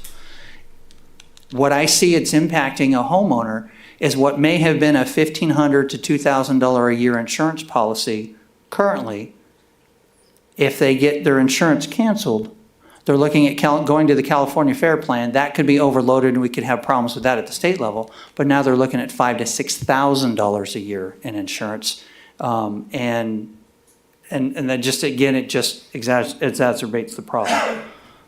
If I could shift gears on you, and I want a little bit of clarification, back to starting with page 320, where it says Zone 0, Zone 1, and Zone 2. Do those equate to Zone 0 being the very high fire zone, Zone 1 being high, and Zone 0 being medium? Does it have any correlation with those? No, sir, that does not. Zone 0 and Zone 1 and Zone 2 are encompassing the entire defensible space area. So the Zone 0 is 0 to 5 feet from the home. Zone 1 is 5 feet to 30 feet, and Zone 2 is 30 feet to the ultimate total 100 feet, so 70 feet total. Okay. So a year ago, I sold a property in Cherry Valley that was in a high fire hazard severity zone. We all knew it, the buyer knew it, the buyer's agent knew it, and so forth. The buyer contacted CAL FIRE out of the county within 48 hours for sure that I remember, but it might have been the next day. An inspector came from the county, it happened to be a vacant home, so it was easy. They walked the property and verified there was no combustible materials around the home and so forth. And we basically got a, hey, this home passes. It wasn't a requirement, but the buyer requested it because we were in that high fire severity zone. My question is now, if we adopt this as a local area responsibility, does that put responsibility on the city and or the county to then, would we have to then do further inspections on that? Example, when somebody refinances their property or they have to get new insurance or we're selling the home, is that something new that we're going to have to start doing? Good evening, Mayor and City Council. My name's Kylie Tillum. I'm the Assistant Fire Marshal for the county. To speak to that a little bit, yes. So for the high fire hazards severity zone and the very high it was already required and it's been required, but now that has expanded to the high. So if I look back at the chart, the very high increased to 11,000 and change acres, and then that high fire hazard is another 1,500 or so. Anything that's sold, only on sales, not on refinances, only if the home sells, the property owner is required to get that defensible space inspection under AB 38. The city is required to, or based on the adoption of the maps, that is a requirement, the hazard disclosure. The county is going to take care of those. So they'll go, right now, if a homeowner sells in the county, they go online to the RBC Fire website. A lot of the cities, including Beaumont, has a link back to that. They go on and they request the inspection. Now they'll request the inspection. We'll send our staff out to take care of it. Okay. So it won't be added burden And would there, to the city. And would there be any potential training to real estate agents, and to the board of realtors to or at least share the information of how to do that? And, especially if you're an agent coming from let's say downtown Riverside, where they don't run into this at all, and they come out and sell a home out here, and it's something new, like, okay, I'm required to get this done, where do I go? Absolutely, we're happy to do that. We actually just presented at Inland Valley Association of Realtors last week. All right, and that covers most of the area they merged with East Valley, so. But very we're good. happy to do more. Okay, all right. All right, I think you covered most of my questions. And one thing I did want to report on is I have a property that's in Beaumont that's in escrow that is now showing up in a very high fire hazard severity zone. And the natural hazard zone disclosure and reporting companies are now disclosing, and I wanted to share the following. If I can pull it up really quick. And it states, and they look for several things. So back in the day when I started, it was just does it fall within the federal emergency area? And then, no, I'm sorry, that was flood, excuse me. So they first started off, as you pointed out early years ago, that if it falls within, as identified by the Director of Forestry and Fire Protection. And then now we have the state responsibility area, and now they disclose a high fire hazard zone in the state responsibility area, and then whether we're in a very high fire hazard severity zone in a local responsibility area, with a side note that states new pending LRA maps. That's referring to us tonight and then the city adopting it. Am I correct? Yes, that's correct. Okay, all right. I did run into this yesterday. I had a real estate agent that contacted us regarding a home that they were trying to sell, and they requested through CAL FIRE for that inspection. And it took some figuring out, but I realized that because the map is not adopted yet, their inspection was being canceled or not granted. Oh. Because the LRA map was not granted. Okay. So just to speak to that a little bit, the maps right now are recommendations. The recommendations from the state, they won't be adopted until the city, we do the first reading of the ordinance, followed by the adoption, and then they go into effect just like any other ordinance 30 days after that. Okay. We have that drop dead deadline of July 22nd. So let me pose a hypothetical. Absolutely. What if I say no and my colleagues follow suit? And just to give an example, is that Olivewood neighborhood? My personal feelings, I think it's a little more safe now that there are homes there. And a larger portion of that neighborhood is protected by homes around it. I understand if you're on the outskirts, and those outskirts affect other neighborhoods that we have, Four Seasons, and a very large chunk, if not almost all of Fairway Canyon. But we even have, and if I'm calling the neighborhood correct, Shadow Creek, that is now in there. It's off of Oak Valley Parkway, along the railroad tracks, near the park that we just put the special needs playground equipment in there. Shadow Creek. Shadow Creek. Did I call it right? Anyway. So that neighborhood is now in it where it never was before. I disagree with it, and I just have a problem with it. And so if a council, us or another city, were to say, no, we're not going to adopt that, do you know what happens or what the ramification is? We would have to consult the city attorney on the ramifications. Specifically, the maps are still going to be in effect whether we adopt them or not at the state level. Building and safety, fire, we will still have to enforce those requirements. I'll give you one example. If we didn't, so a home that's built in the high fire hazard severity zone, because right now in very high, it's already required. The new regulations in high, now they're going to be required as of January 1st to be built to 7A. If we chose not to adopt them and not to enforce that, and it didn't get built to 7A, you go to sell the house, your seller goes to sell the house. They still have to do the hazard disclosure. It's still going to get flagged that it's in the severity zone. Then they're going to have to say that it wasn't built to the standard. It's going to affect its sellability and its insurability. So that's one effect.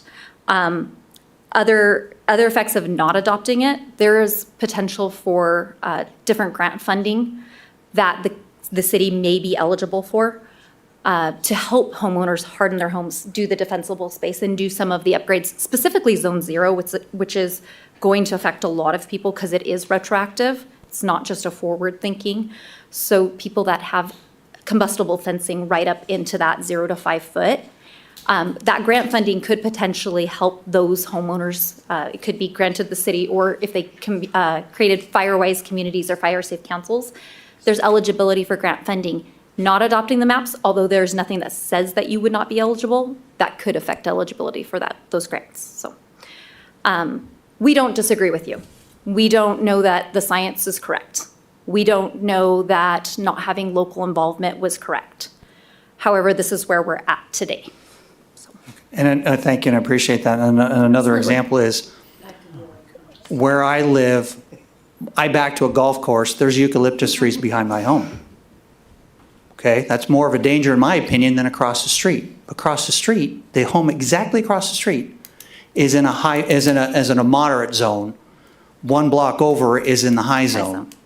And I'm in Oak Valley and we're not near anything. The closest fire hazard, in my opinion, is on my side of the street and I'm not in it.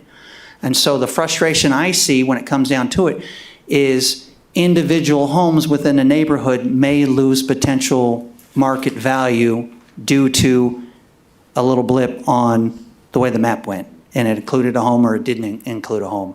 And that's the frustration I see in just looking at the maps going, what's this going to turn into? So I do appreciate the insight and the answers. Thank you. Absolutely. Mr. Mayor, I'm good.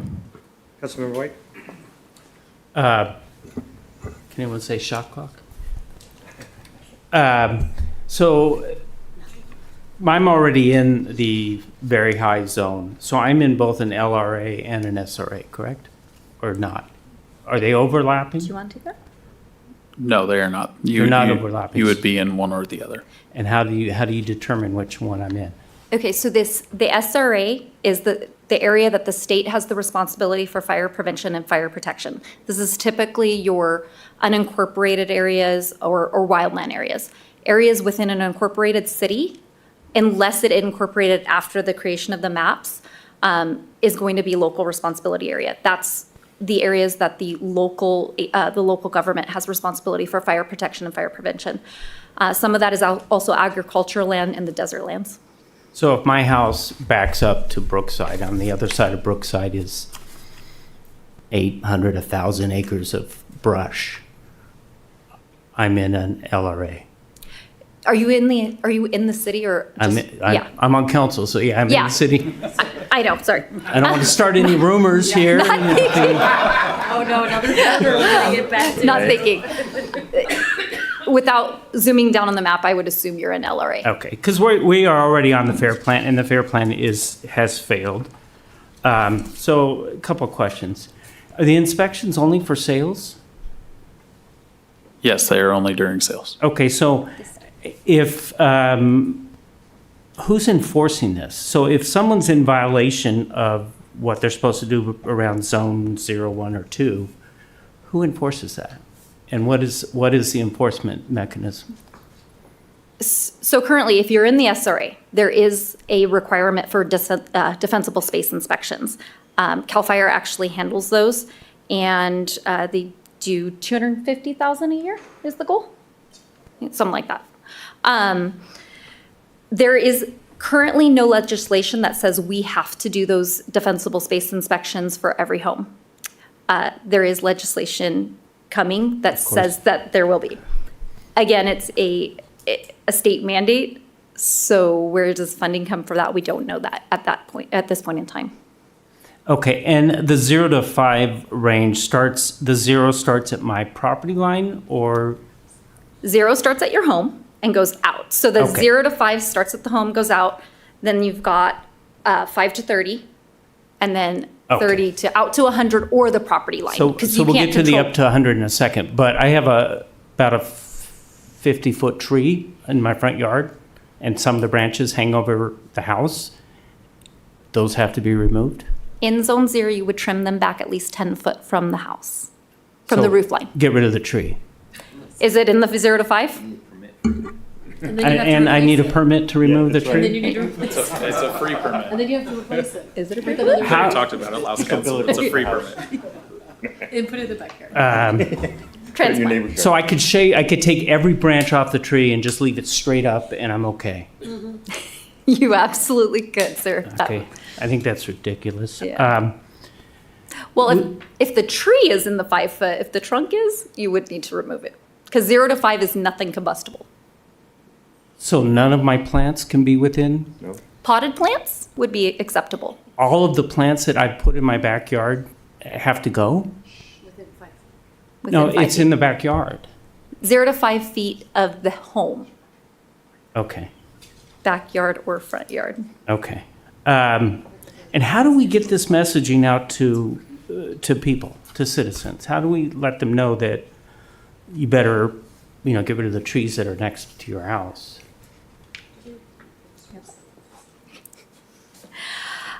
So the state has done a lot of messaging on the defensible space and zone 0. The zone 0 regulations, the actual zone 0 it's already infected. The actual definition of what can go in zone 0 is still being completely worked out. It started out that there was nothing. You couldn't even have potted plants. The current language says you can have potted plants. The state fire marshal was charged with defining what goes into zone 0. And those details are still being worked out.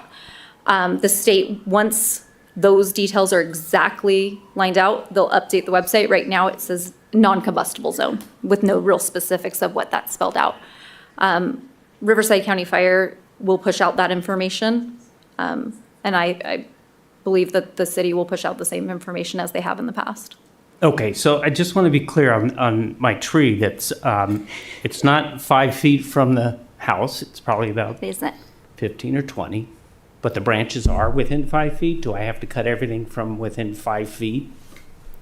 To meet zone 0, you would trim it back outside of the 0 to 5 zone. The idea is to not have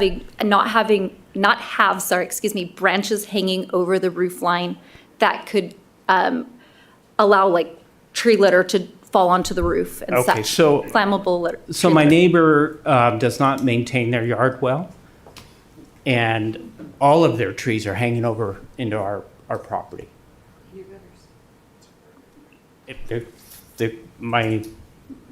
I won't say her age, but my wife was up on a large ladder. I came home and she's up there clearing stuff out of the thing. But how do I enforce my neighbor to make sure their trees are not hanging next to my house within that 0 to 5?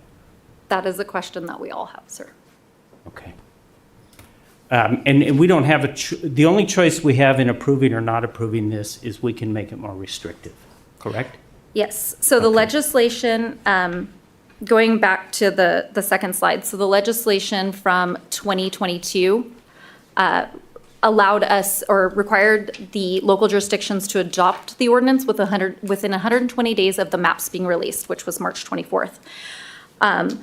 It further restricted local government to amending the maps. So you could whereas in the past you could downgrade the maps, now you can only make them more restrictive. Okay. Okay, thank you. That's all the questions I had.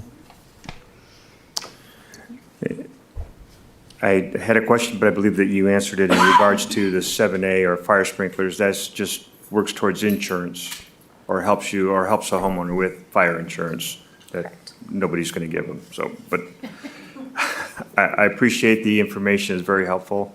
Thank you. Have any other questions? So this is a receive and file? Yes. Thank you. So I just wanted to maybe answer a little bit of your question, if you're good with that. You ask, why does the house in the middle of Olivewood still fall within that zone? And it has to do with the modeling that's done. And the modeling that's been done has been where they're taking the different climatology. The new thing that they've added this time is the Embercast model. That's one of the biggest models that they added into this, and that's where the fire embers are getting thrown out in front of the body of the main fire, and some of those Embercasts can travel well over a mile. And then that's what we were seeing specifically on the Palisades and the Eaton fire, is those homes were going up because of Embercasts being thrown out ahead of the fire and it getting into the vegetations that were within 5 feet of the house, catching that material on fire that's then getting into the vents, getting into the attics of the house, and then losing the home.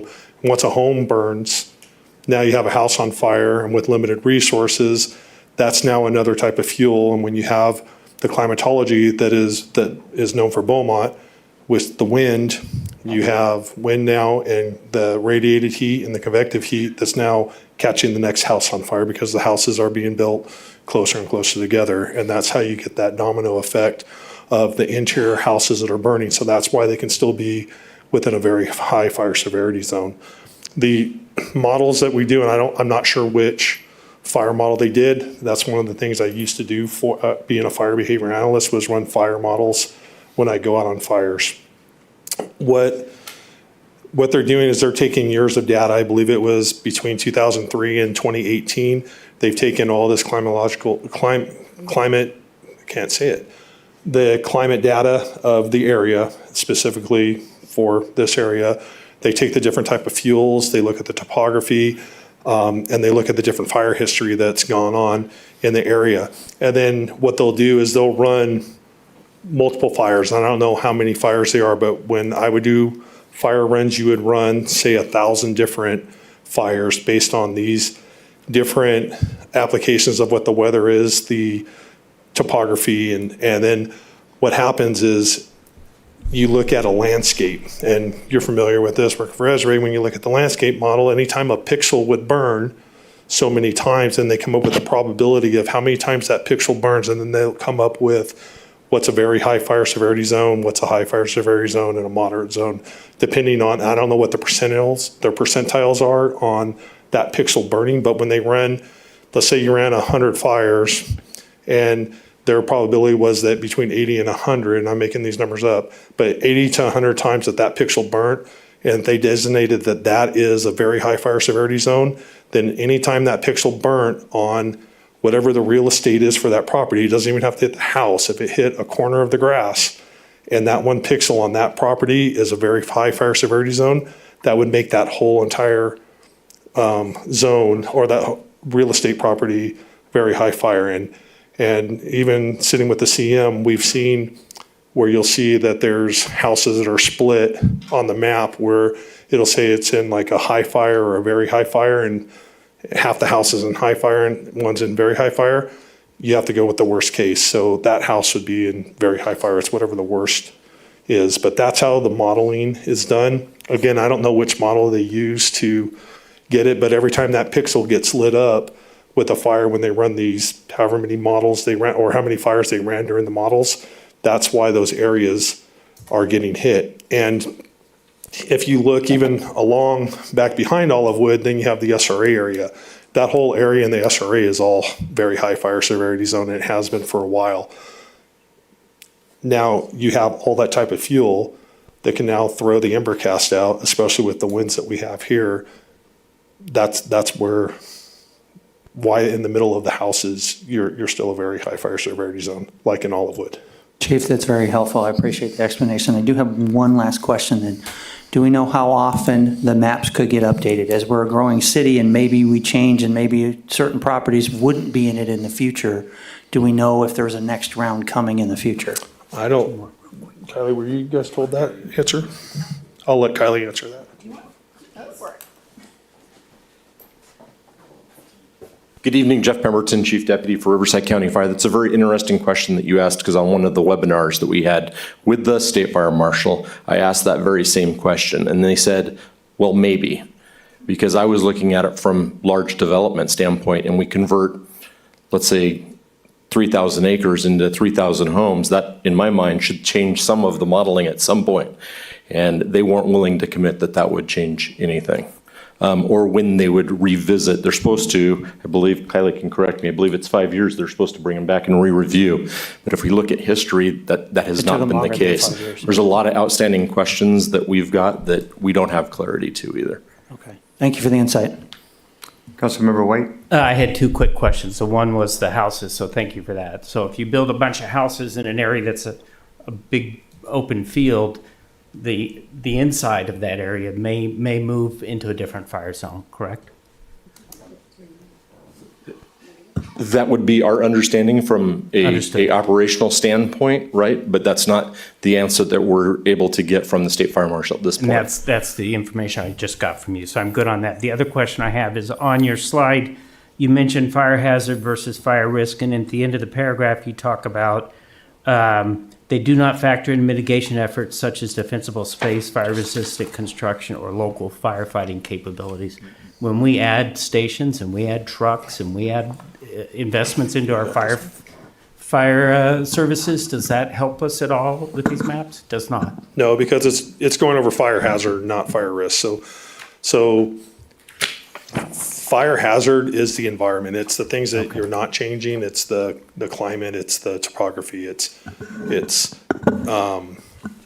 So that doesn't do it. And on the other thing, even if you build all those houses, remember, you could still be in a very higher severity zone, just because I was talking about that ember cast model. If the surrounding fuels are still throwing the embers out there, just because there's houses or it was a field there, when you eliminate that field, but the field that's adjacent behind the houses can still throw those ember cast models in there, whatever that probability is and that percentage, you can still be in that very higher severity zone. Okay, thank you. And just for clarification, I do work for Esri, but I'm not making any money off of this. So anyways. Okay. Thank you, Mayor. Yeah, no worries. Good questions. Okay, that brings us to item J4. Mayor Pro Tem is going to recuse herself. This is a discussion and direction proceeding with the acquisition of a ladder truck and coordination of Riverside County Fire Department. And Councilmember Voigt is recusing herself because her husband works for the CAL FIRE, the fire department. And I just also wanted to mention that the reason the city manager recused herself on item J2 was because her husband does some work with the Park District. And even though the Park District was not part of what was in the packet and before you, out of concern that it might get into a discussion about the Park District, she recused herself. Thank you. Good Yes. evening, Mr. Mayor and council. Appreciate your time tonight. Hoping to bring you a bit of good news about the truck and delivery times, and I think what we've got, County Fire was made aware middle of last month of March of the potential of a truck that was built for another community in Rowlett, Texas. We did some analysis of that. I myself, as well as our subject matter experts, flew back March 31st to go take a look at it and see it firsthand and do a little bit of an inspection to see if it met our standards. It does meet our current standards. There are a few differences, and Chief Hopkins is going to get into some of those. And I'll throw it over to him, and then we'll be happy to take any questions at the end. All right, good evening. Back to the truck, right? So we were made aware, as Chief Deputy Pemberton stated, that Rowlett, Texas had purchased a truck back in 2022, placed the order for this TDA, decided once it was fully constructed that they were going to move away from purchasing the truck due to the aging of their fleet and them wanting to essentially sell this truck without taking possession of it first, try to recuperate money so they can buy engines instead because their fleet is aging. So they're looking to get out of this deal. So with the amount of engines that we purchase with FAS and us being a good customer, they gave us first right of refusal to make a purchase on this truck. So what you have in front of you is just a picture of what the Rowlett TDA looks like. And then, so as you know, in June 20th of 2023, council approved the purchase of a tractor-drawn aerial truck. Riverside County then ordered the TDA for Beaumont to meet the department specifications for the equipment to be carried and the type of operations the vehicle is going to be used for. Riverside County Fire was contacted by FAS about a TDA that a department ordered and decided not to go through with the purchase. Riverside County Fire was asked if the department would be interested in purchasing. The apparatus and our apparatus and equipment committee compared the specifications to the new build. The new build was within our specifications, but it needs some minor modifications and had a few differences in design. One of the design differences, and we'll get to it on the next slides in the pictures, was they used the roll-up doors versus an actual compartment style door. And then some of the modifications that would need to be made was changing out the seats that are in the truck. What we have gone to in our agency is a type of seat called a Valor seat, and that's due to a clean cab concept that we're doing. We're trying to keep the carcinogens out of the area that the firefighters are sitting in. They're better on the backs of the firefighters. We do not put the air bottles, the breathing apparatus, in the seats anymore, so we're not getting back injuries. So that's one of the modifications. And then other things is like the light package that comes on the sirens, the lights. In Texas, they use blue lights. So it's changing modifications as of that. The apparatus and our apparatus and equipment committee agreed that the TDA that Rowlett had designed does meet our department specifications. So with it meeting the specifications, Riverside County is planning on negotiating to make the purchase of a TDA.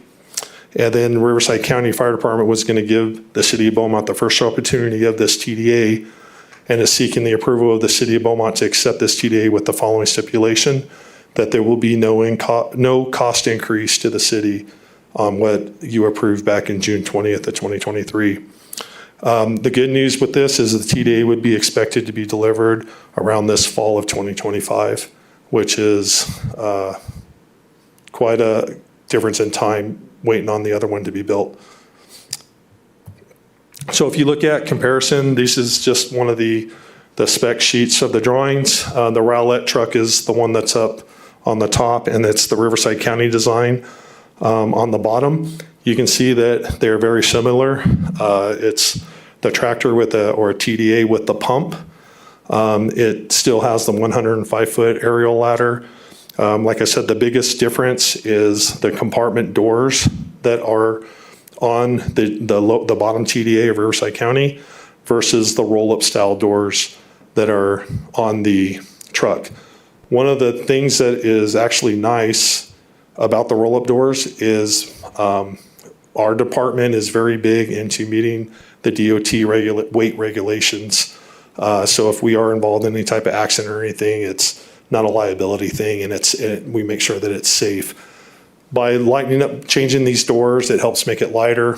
The ladder, the main aerial ladder, is also a little bit different than what we did on the Riverside County, but meets with our specifications. That was also a weight reduction. So it's going to allow us to carry, I think it was up to almost 2,000 pounds more. What was it? 25. So 2,500 pounds more of weight. So we've now taken care of any type of weight restrictions that we're having to battle. So we have not built in Riverside County yet a TDA with a pump, but that bottom picture is our current TDA that we have that does not have a pump. And you can see the rowlette up top for comparison. You can see if you look at the compartment door style, they're regular hinge doors that come out versus those roll-up doors.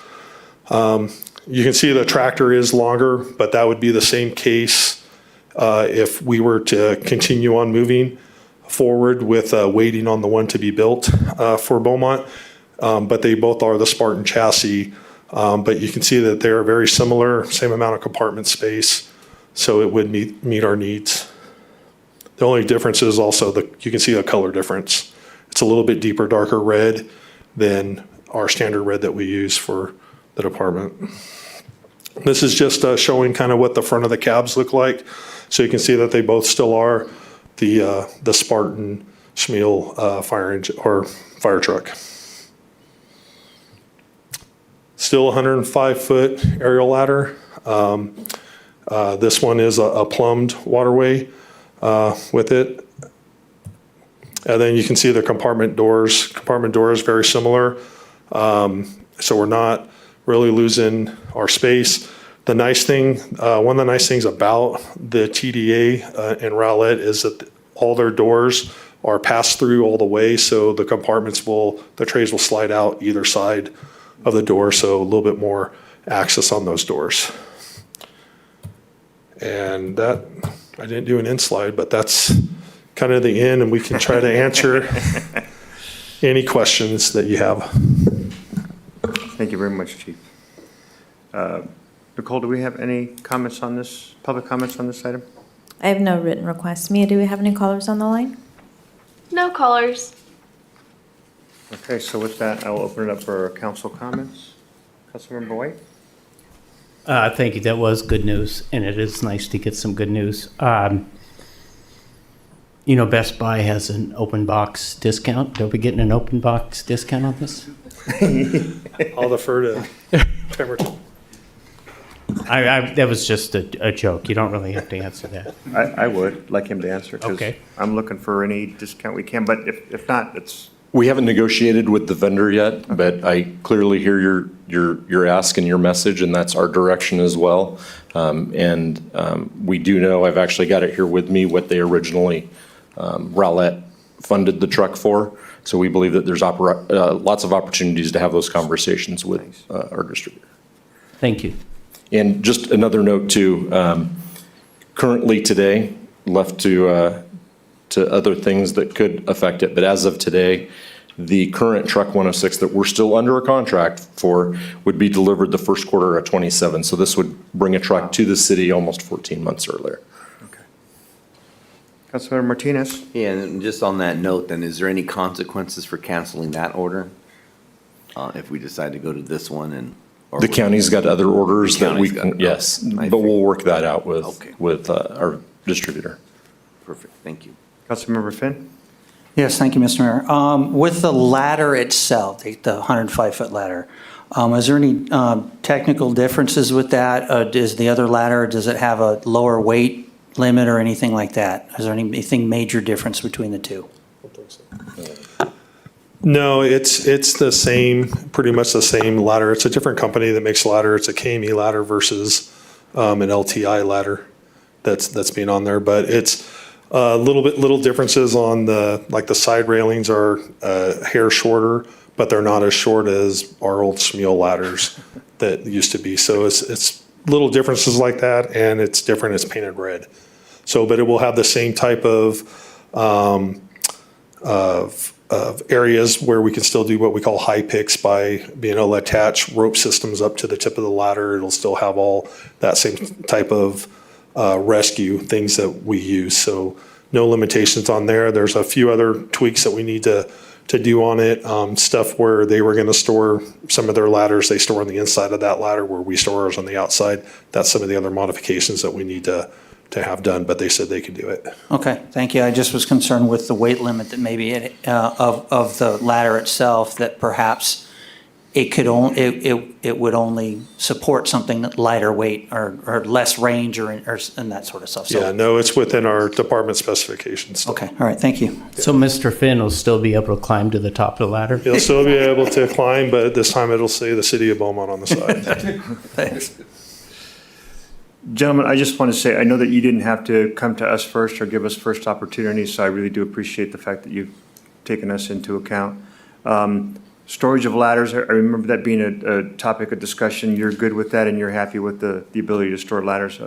Yeah, so I don't have a picture of the back of the ladder bay, but this still does, I believe it's two 35-foot ladders, I think two 28-foot ladders, and a bunch of other ladders that will be in that rear compartment underneath the Tillerman's box. Okay, and So, we yeah, can't keep the Beaumont blue lights? That's not going to happen? I think the chief might have a problem with that one. Again, I sincerely appreciate everything that you guys are doing for us. With that, any additional comments, or do I have a motion? Or I'll make the motion that City Council direct Riverside County Fire Department to proceed with acquisition of the identified ladder truck to fulfill the city's existing purchase request. I'll second that. Have a roll call, please. Councilmember Finn, Yes. Councilmember Martinez, Yes. Councilmember White, Yes. Mayor Laura. Yes. Again, gentlemen, thank you so very much. Thank you, congratulations. Thank you. Mayor, can we take a quick break? Yeah, thank you. We'll take a quick 5-minute recess.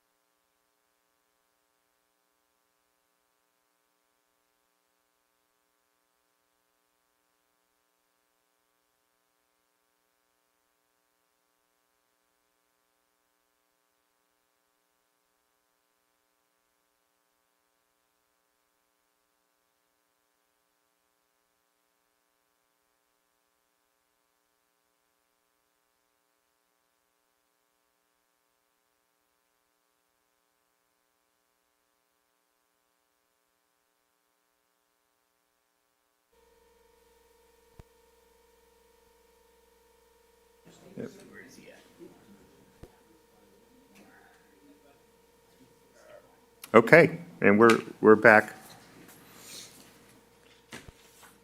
Next item is J5 Landscape Maintenance Agreement for Potrero Interchange. Staff report by Mr. Robert Vestal. All PowerPoints are copyrighted material. Actually, this item is really tough, so I'm going to have our principal engineer, Dustin Christensen, Dustin. deliver it. Bringing in the expert. Pulling out the big guns. Ready? Okay. Well, good evening, Mayor, Council. Tonight, I'm here to discuss the landscape maintenance agreement. This is for the Potrero Interchange project. This agreement is something that we typically try to get in place prior to construction. So landscape maintenance agreements are the vehicle used by Caltrans to outline maintenance responsibilities for new planting and landscaping within the Caltrans right-of-way. For federally funded projects sponsored by local agencies, the maintenance responsibilities are formalized in Table 5.9 of the Caltrans Encroachment Permit Manual, which is provided in the staff report. According to these standards, local agencies are responsible for maintenance through a required maintenance agreement.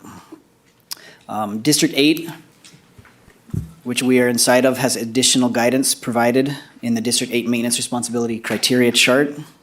And based on the chart, the requested landscape maintenance agreement requires a 17-year minimum maintenance period plus a 3-year plant establishment period for a total maintenance period of 20 years. The general requirements of the landscape maintenance agreement require the city to do includes the following: maintaining the landscaping, shrubs, planting, and irrigation provided, obtaining an encroachment permit from Caltrans, being responsible for keeping the area clean and removing debris, being responsible for removing graffiti, and maintaining required insurance provided in the agreement. Landscape maintenance for this agreement will be performed by a professional landscape service procured by the city from a Caltrans-approved list of contractors. And with that, I'm here to answer any questions you may have. Thank you, Dustin. Nicole, do we have any public comment on this item? I have no written requests. Mia, do we have any callers on the line? No callers. Okay, I'll open it up for council comments. Or a motion? I got Oh, I'm sorry. Councilman Martinez? Yeah, I got a couple of questions. Thank you, Mayor. Couple of things. So the magnitude of this is outrageous at 45,000 square feet or so. So my question is, when we originally designed this, was this an anticipation of, upcoming, or is this something like the state just popped up on us on Caltrans? Because what I'm saying is, with the amount of cost it's going to take to maintain this, I would think that we would have considered that and do more of a hardscape or something rather than what we've done. So I just want to know, and I don't remember back in the design phase, was that ever considered, or is this type of an agreement something that just popped up? Or, I mean, if it was overlooked, that's fine, that's understandable, but I was just trying to kind of gauge what happened there. Sure, and I'll take a stab at it, and then Robert can back me up if he needs to add anything. But there was a project report in the planning stages done back in 2013, and in that report, it did mention future agreements that would be needed as part of the landscape, and it had diagrammatic, not design, but diagrammatic landscape plans shown in that report.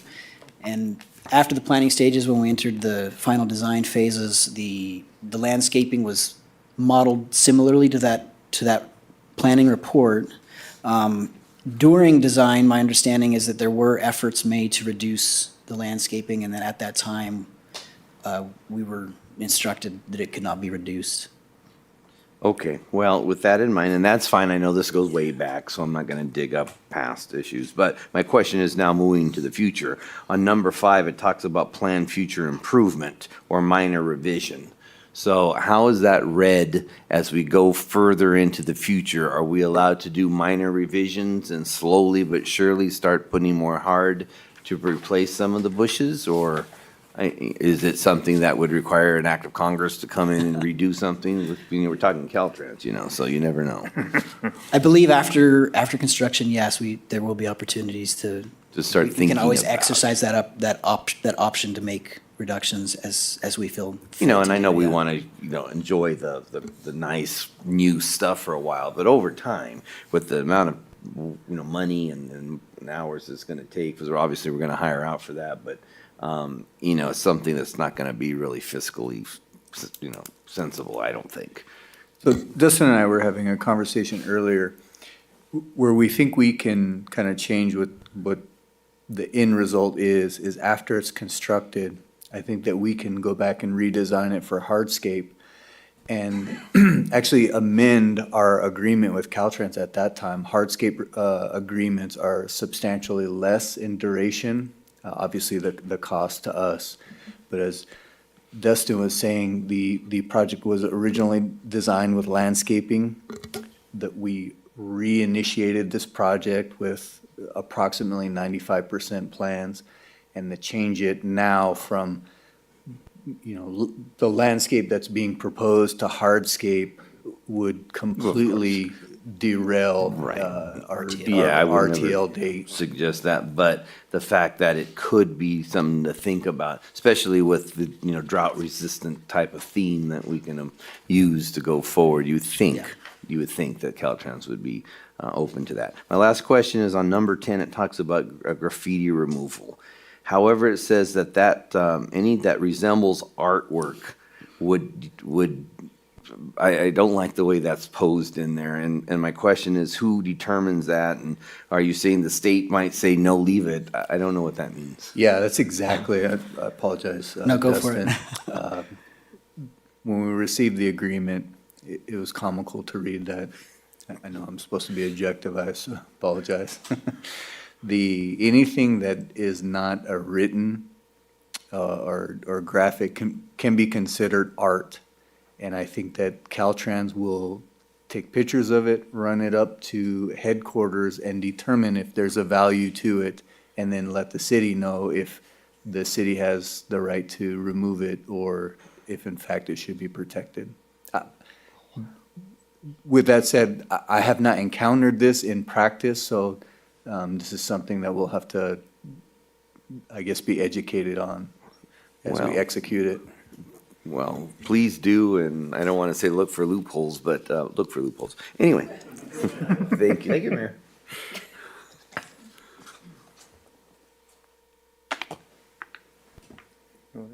Okay. Well,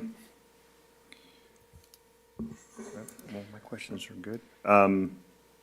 Any questions from council or a motion? Sure, so just to clarify, we really don't have an option. Okay, so I will move to approve a landscaping agreement between the state of California, acting through the Department of Transportation, Caltrans, and the city of Beaumont for the Potrero interchange, and authorize the mayor to execute the agreement on behalf of the city. I'll second. Roll call, please. Councilmember Finn, Yes. Councilmember Martinez, Yes. Councilmember White, Yes. Mayor Pro Tem Voigt. Yes. Mayor Laura. Yes. Brings us to item J6, provide direction to staff on Community Recreation Center overflow parking, capital improvement project number P23. Mr. Story.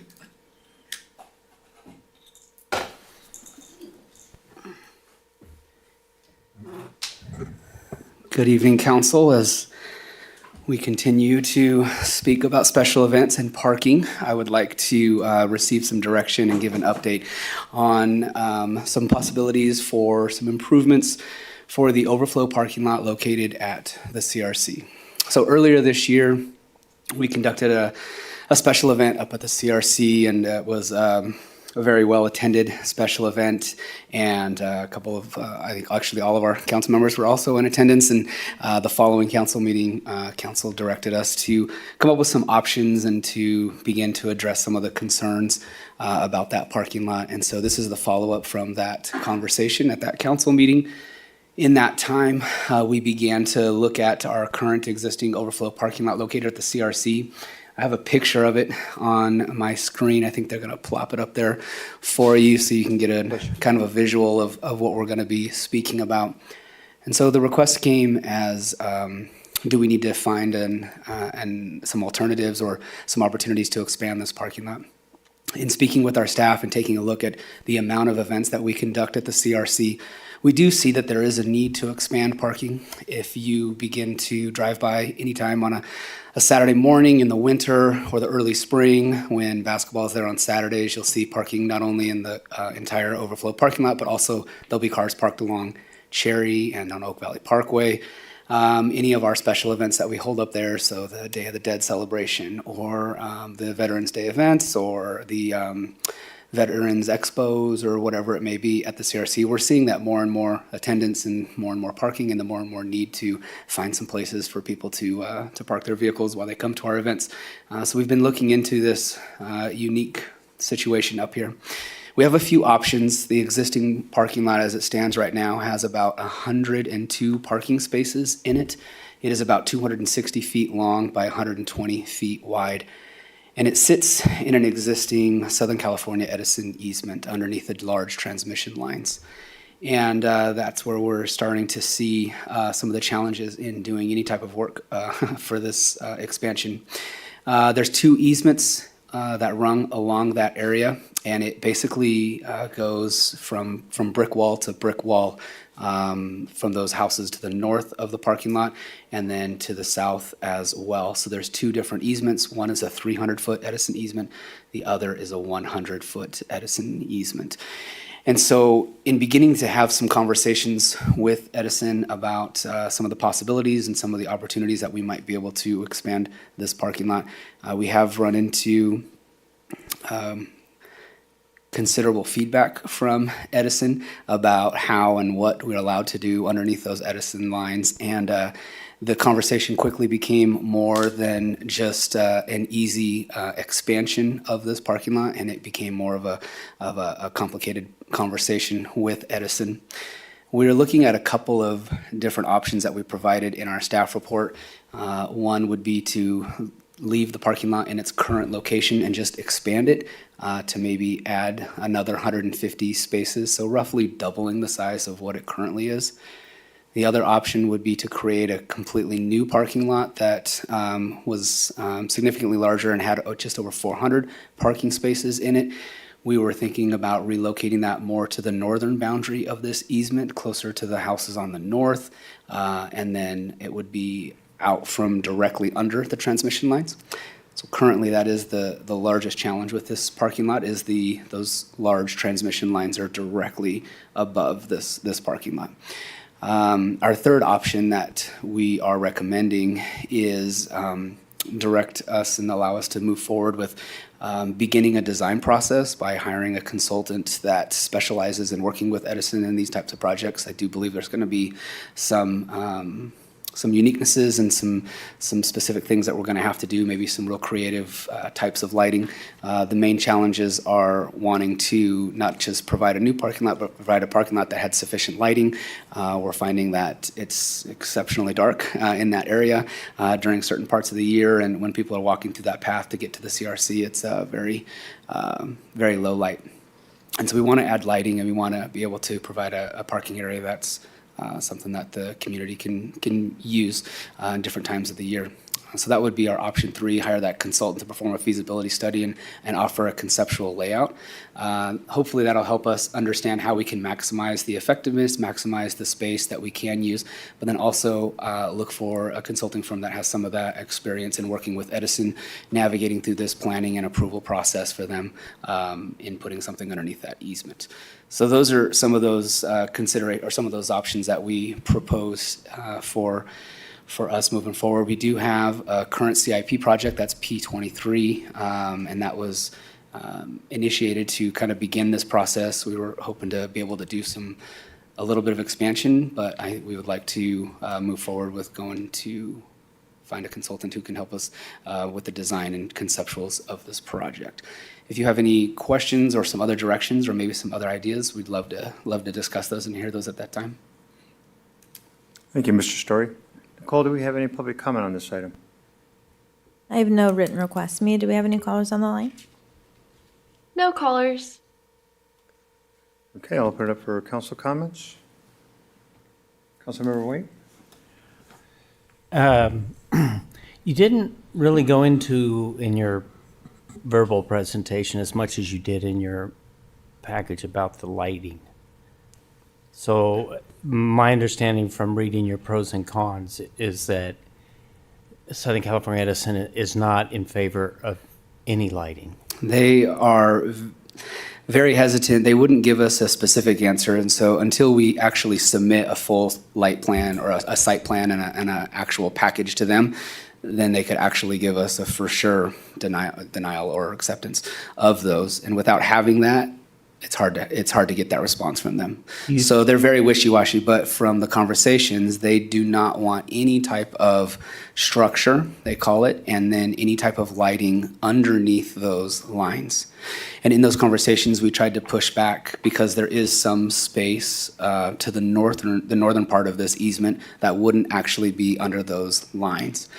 And so the conversation with them was, well, how close can we get? And do you have guidance and specifics on how close we could put overhead lighting, or how tall could they be? We looked at different options. Instead of having 16-foot poles, we went all the way down to just 10-foot poles. You know, how low could we get? And they were less than. But as you pointed hospitable out for in those. your report, that would require putting some lights pretty close to a bunch of homes. Correct. So if we. So let me ask you another question. Do you think, from what you've heard, that they would have a problem with ground lighting to address the unsafe walkways? And then I'll follow that up with, from what I've read in your report and from what you've put out, right now, until I hear everyone else's, I would just recommend expanding the parking lot, but not putting doing any lights. money into a consultant, not putting any money into anything significant, because Southern California Edison always wins. So that's That just is my true. thought. Mayor Pro Tem Voigt? Yeah, so when I first got on council, this was one of the first things that was brought to my attention and as a complaint from some basketball moms about being over there and it being dark and then some of the other events. So this was definitely something, and living over in that area, when I walk past it, it's definitely dark at night. So lighting to me was absolutely important and vital for safety component. But with the presentation that's here, I think it's very difficult. The only thing I could see is there a possibility for pillar lights, where they have like just the little light that goes around it and it just does the perimeter? Wouldn't give you anything on the inside, obviously, but that's what we have now. So, I mean, maybe a little bit of lighting is better than nothing. And as far as it goes with the houses, that was going to be a discussion that I had here as well, is if we extend that parking lot and then think about lighting towards that end of it, I think that we're really impacting those houses over there. Yeah. But I do think that we need to get somewhat creative with this. I don't disagree with Councilmember White that it seems hard to get a consultant on this one too. But it is definitely needed. And that far for the events, especially at a veterans event, I mean, shuffling the members, or not even members, that the constituents that don't have easy access or are handicapped at times is very difficult to go that distance as well. And I think no matter what around that area, even if we were to go on the other side west, I don't think there's any space over there either. I mean, I think you run into the same thing. Yeah. Yeah, there's definitely challenges. It's definitely going to be a long walk. And wherever we move this parking lot, I think probably when they built it many, many years ago, it was as far away as you can get from the houses, right, to not have any impact on them. But yeah, definitely some challenges. Is there a pillar option? It would be like, I don't know, I'm thinking those 4-foot pillars are usually down walkways that have like a halo light. That's how I can describe it. So Doug and I did entertain pedestrian lighting. They make curb wheel stops with embedded lighting in there that is really just ground level lighting, no vertical projection. So I think that is an option.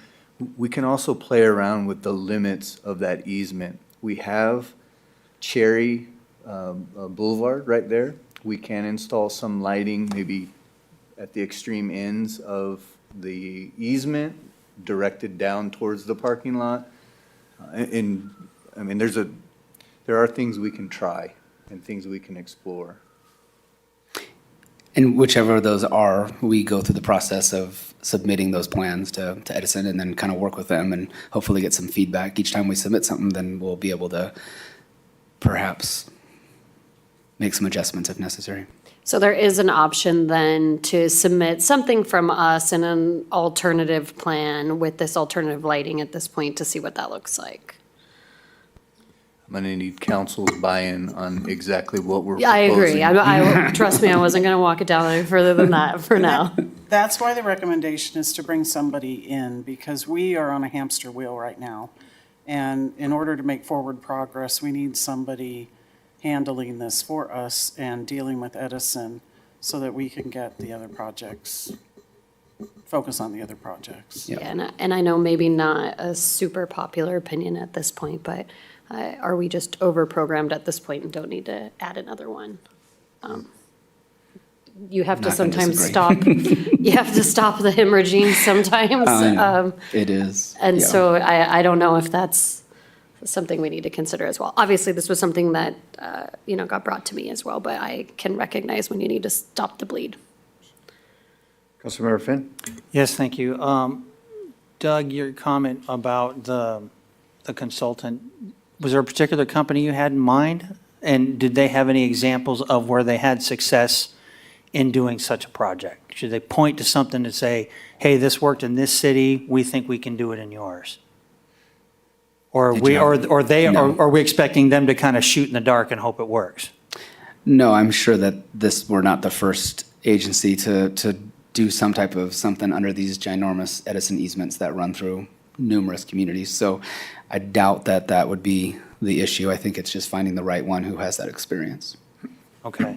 And I would certainly support doing something because we need to get some lights over there to try to make it better. We don't want an unsafe environment, don't want a kid to get hurt or overflow parking and somebody's out in the street when they shouldn't be, that sort of stuff. But I see the frustration. But I would recommend staff's recommendation for option 3 of getting the consultant in. Councilmember Martinez? Yeah, thank you, Mayor. So just to clarify on option 1, when you said approximately 150 on the spaces, you're saying going from 102 to 150, correct? Not adding 150. You are correct, adding, I believe, 50, To make it- approximately 50 spaces. To make it 150 total, okay. So here's my concern. I was all on board. I think I was even one of those that kind of pushed it as well.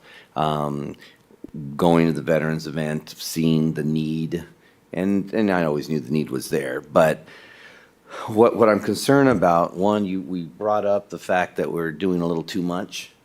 And what I'm afraid of is we keep adding projects and starting projects and we haven't finished projects we're already doing. And I don't like that because I don't know if it's me, but I'm not comfortable spending so much money.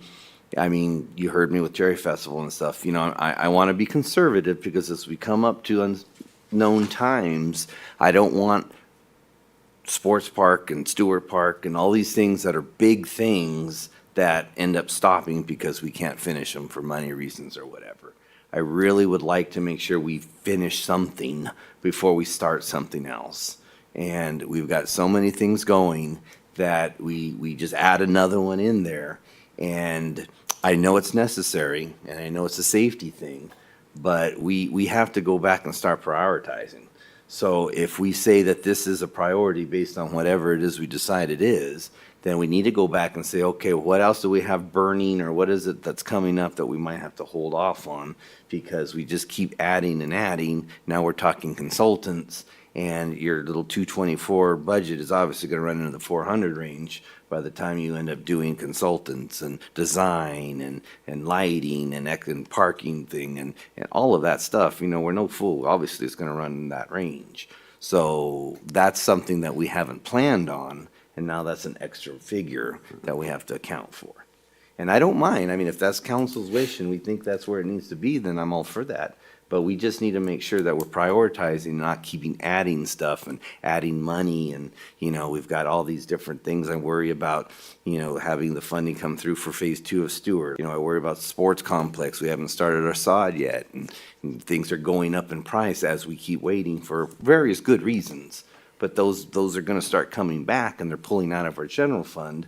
And we've got other things that we're pulling out of that fund, and at some point, we're gonna have to be careful, because, you know, I don't want everything's great when things are good, but when things go slow, you know, that's when you have to start thinking about cutting, and I don't wanna try to do that if we're overextending ourselves. So we need to be careful and be prudent on what we say that we wanna do, and then go back and say, okay, well, you know, this came up to be main priority, that's fine. Then let's go back and see then where we're gonna shift, kind of make up 400 grand, rather than add money into a budget that we're really not quite prepared for, in my opinion.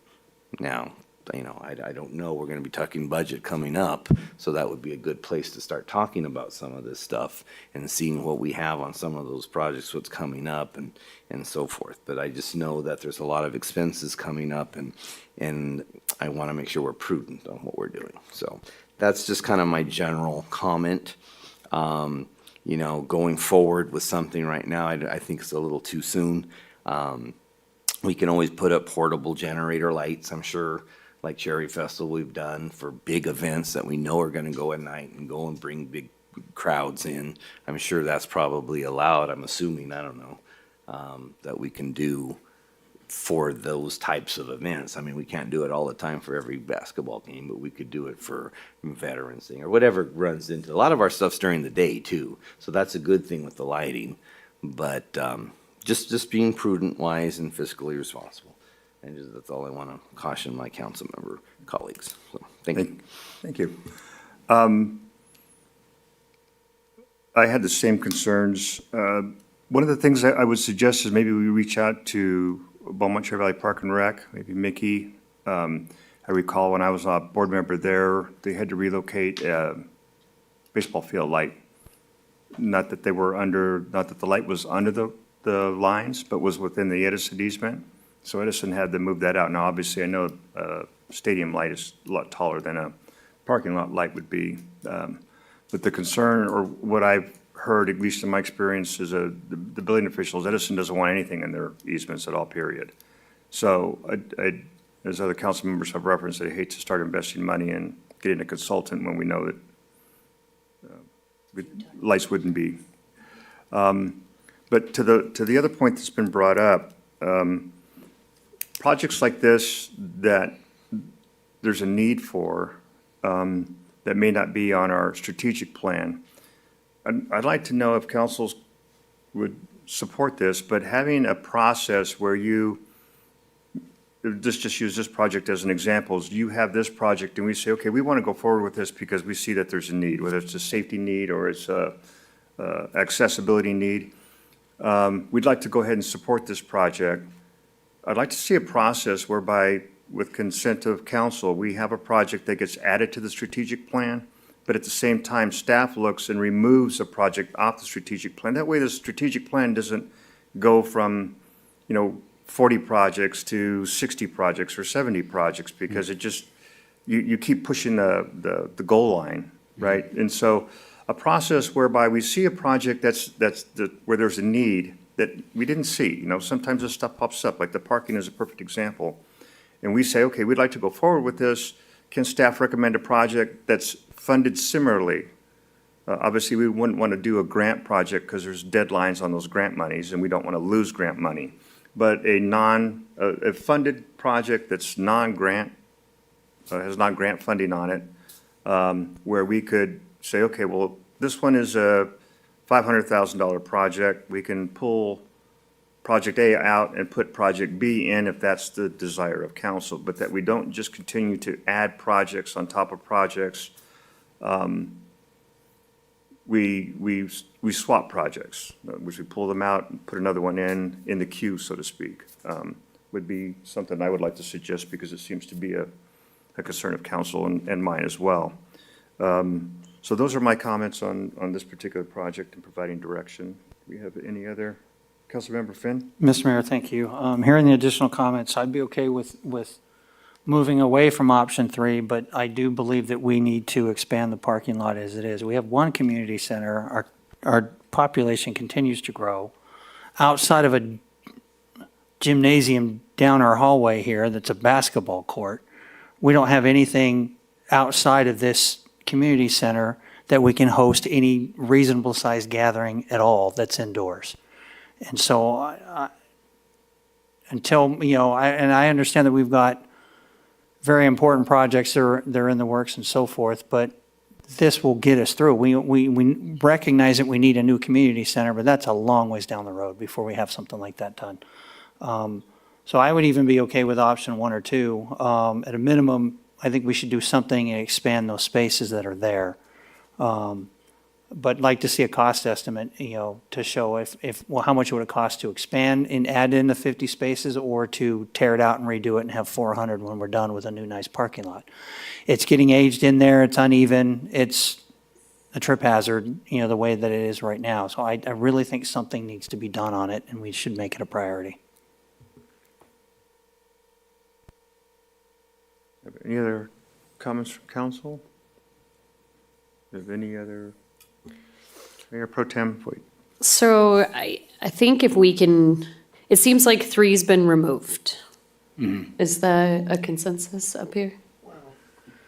Not necessarily. If we as council think that this is something we need to really invest in, then I'm all for going back and saying, okay, let's look at, like Mayor said, I kind of like that idea, where he's like, okay, then if this is one of our new projects, and let's go back and see then what we might put on the burner to move this forward. If we think this is the more, I don't have a problem with that. I mean, we did that with the turning lane. The public came to us and said in Pennsylvania, they want a second lane going eastbound.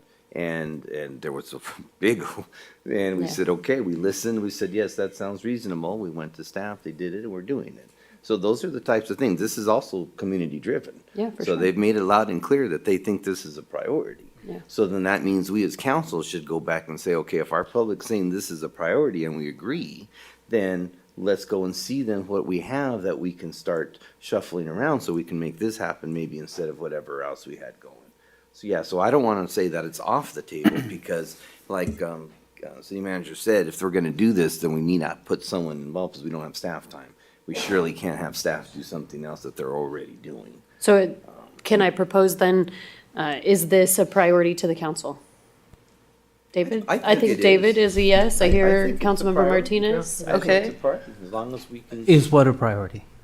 Improving the lighting and the parking lot. Yeah, let's make this a little more definite. I'll make a motion. Okay, I move to approve option 1, expand the existing parking lot, lengthen the existing parking lot approximately 100 feet east, and install surface-mounted lighting.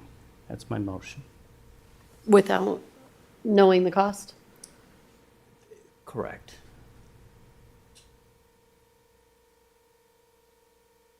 We don't have a second. Do we have a second? Does appear that we have a second. Well, I wanted to hear Mayor Pro Tem's idea, but she sounded like she was on a roll and then we. No, I wasn't on a roll. I was going to try and whittle us down. That was my goal. My goal was to whittle us down. So if we made it a priority, that was key point number 1. Then my next thing was going to be, are we okay with just improving what we have or do we want something new? Then I was going to say, if we want something new, we should probably go with a consultant. So that's the way my brain was working in that aspect. So that was kind of the way I was going to walk us through. I would modify Councilmember Waite's. My motion is died, so you can make a new Okay. one. So I would just say that I'll make a motion to approve option number 1,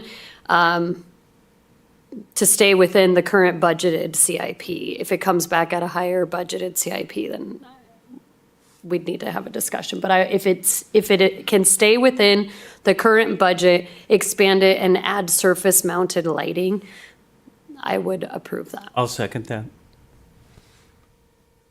Okay.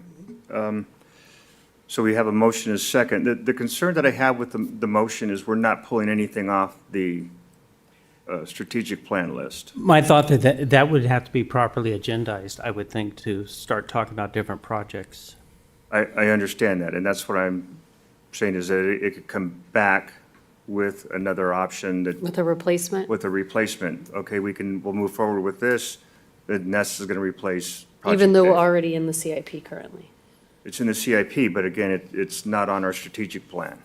That's the concern that I have, is we keep adding projects from all over the place.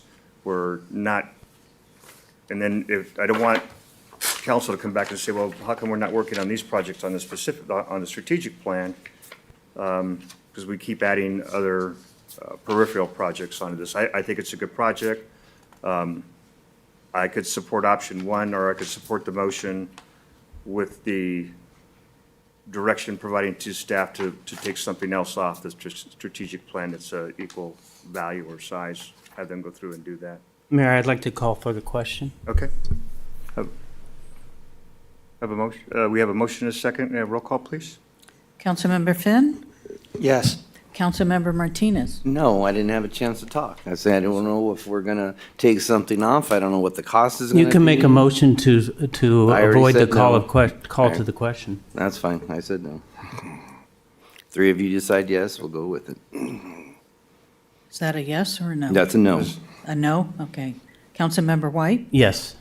Mayor Pro Tem Voigt? Yes. Mayor Laura? No. Okay. Brings us to item 7, J7, memorandum of understanding between the City of Beaumont and the City of Banning for the purchase of compressed natural gas fuel. Carrie Mendoza and John will recuse himself. Oh, sorry. Mr. And I'm Mendoza will recusing myself because I'm currently serving as the interim city attorney for the City of Banning.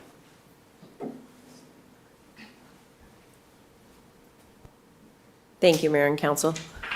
As John pointed out, he's serving as counsel for both cities.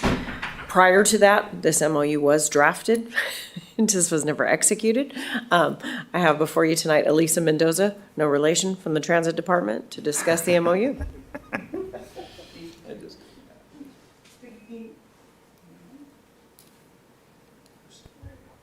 Good evening, Mayor and council members. Tonight, we're requesting your approval to enter into a memorandum of understanding with the City of Banning that will allow City of Beaumont to purchase compressed natural gas. Our transit fleet, from Banning's existing fueling facility at 176 East Lincoln Street. This agreement offers a closer, more efficient fueling option compared to our current reliance on facilities in Redlands and San Bernardino, City of San Bernardino, which increases operational cost and vehicle mileage. The Banning Station, which currently serves their transit fleet and the local school district, has a capacity to support our needs. In this MOU, we will pay an administrative fee of $208 a month, correction, until August. So currently, the City of Banning is remodeling their CNG station, the public-facing portion of it, which will give us we'll have access to come August. So that's why right now we want to work with the City of Banning to let us fuel there. The fuel rate will be $2.39 a gallon, and we will track all fueling activity per driver using trip sheets that we currently already monitor day by day. And so there will be accountability and accurate reporting. So my recommendation is to authorize our city manager to execute our MOU between the City of Beaumont and the City of Banning, allowing Beaumont to purchase CNG gas from the City of Banning's fueling station. With that, I'm happy to answer any questions you may have. Thank you very much. Nicole, do we have any public comment on this item? I have no written requests. Mia, do we have any callers on the line? No callers. I'll open it up for council comments. Councilmember Finn. Just a quick one. Thank you, Banning. We appreciate the help on this. I think it's been good for both cities, so thank you. Councilmember Martinez. Hey, just a quick question. So we still use the one in Redlands, I think, and the one, is it Hemet or there's another one? We are going to Hemet, but since routes are ending here in Beaumont locally and in San Bernardino, like on the last run here, it's just quicker to stop in Redlands than but it's taken us about an hour and a half, just deadheading time, just to go there and from. And we still have the one for the district that we use occasionally or not anymore for the school district? We are using it, but not, it's a hit and miss. Okay. So sometimes it works, so we try it every day, but most drivers are having to drive to Redlands. And then our commuter link drivers are driving to San Bernardino to fuel there. All right, and I think it's a great idea. I was just wondering if there were still other options in case something, we know we have other things. It's not all inclusive. Yeah, we can still exclusive to have that, those so. stations as backups, Okay, but that's what I was asking. definitely having Banning as. Oh, yes, it's a great, and I agree with you. It's a good Yeah. opportunity for two agencies to work together. So thank you. Thank you. The remodel that's currently going on will not affect the fueling, correct, at this time? No. Okay. Good. Do I have a motion?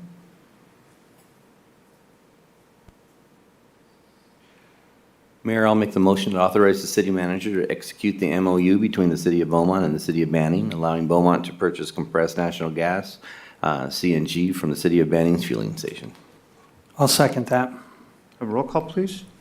Councilmember Finn? Yes. Councilmember Martinez? Yes. Councilmember White? Yes. Mayor Pro Tem Voigt? Yes. Mayor Laura? Yes.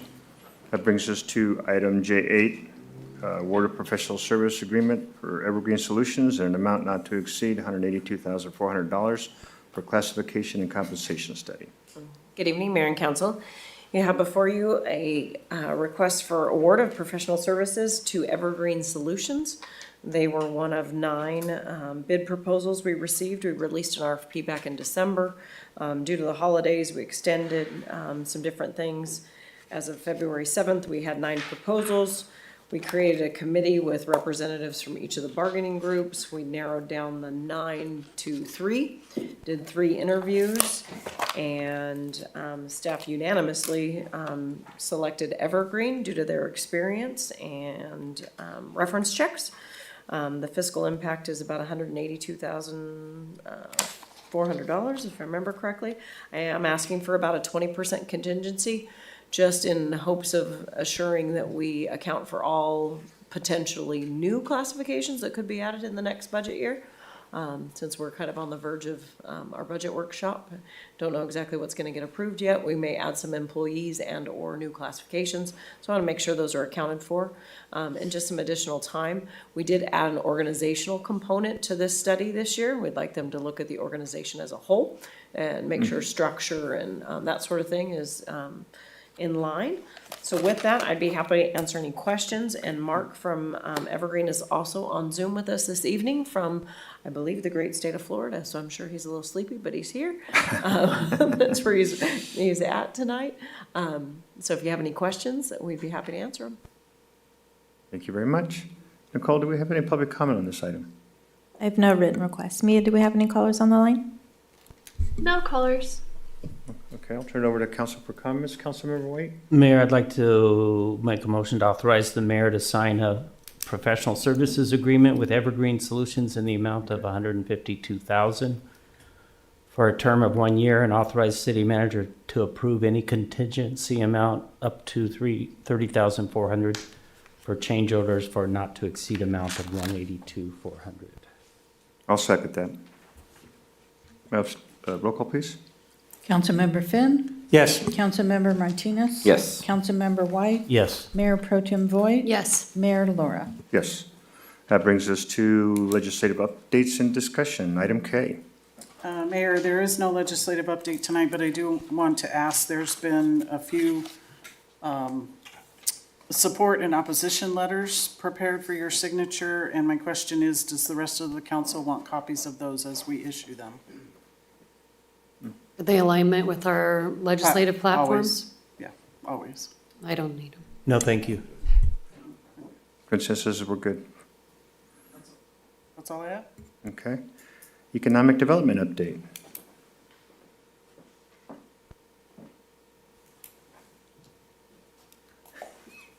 Good evening, Mayor, Council. Last week, the Economic Development Committee met, had 2 items on the agenda.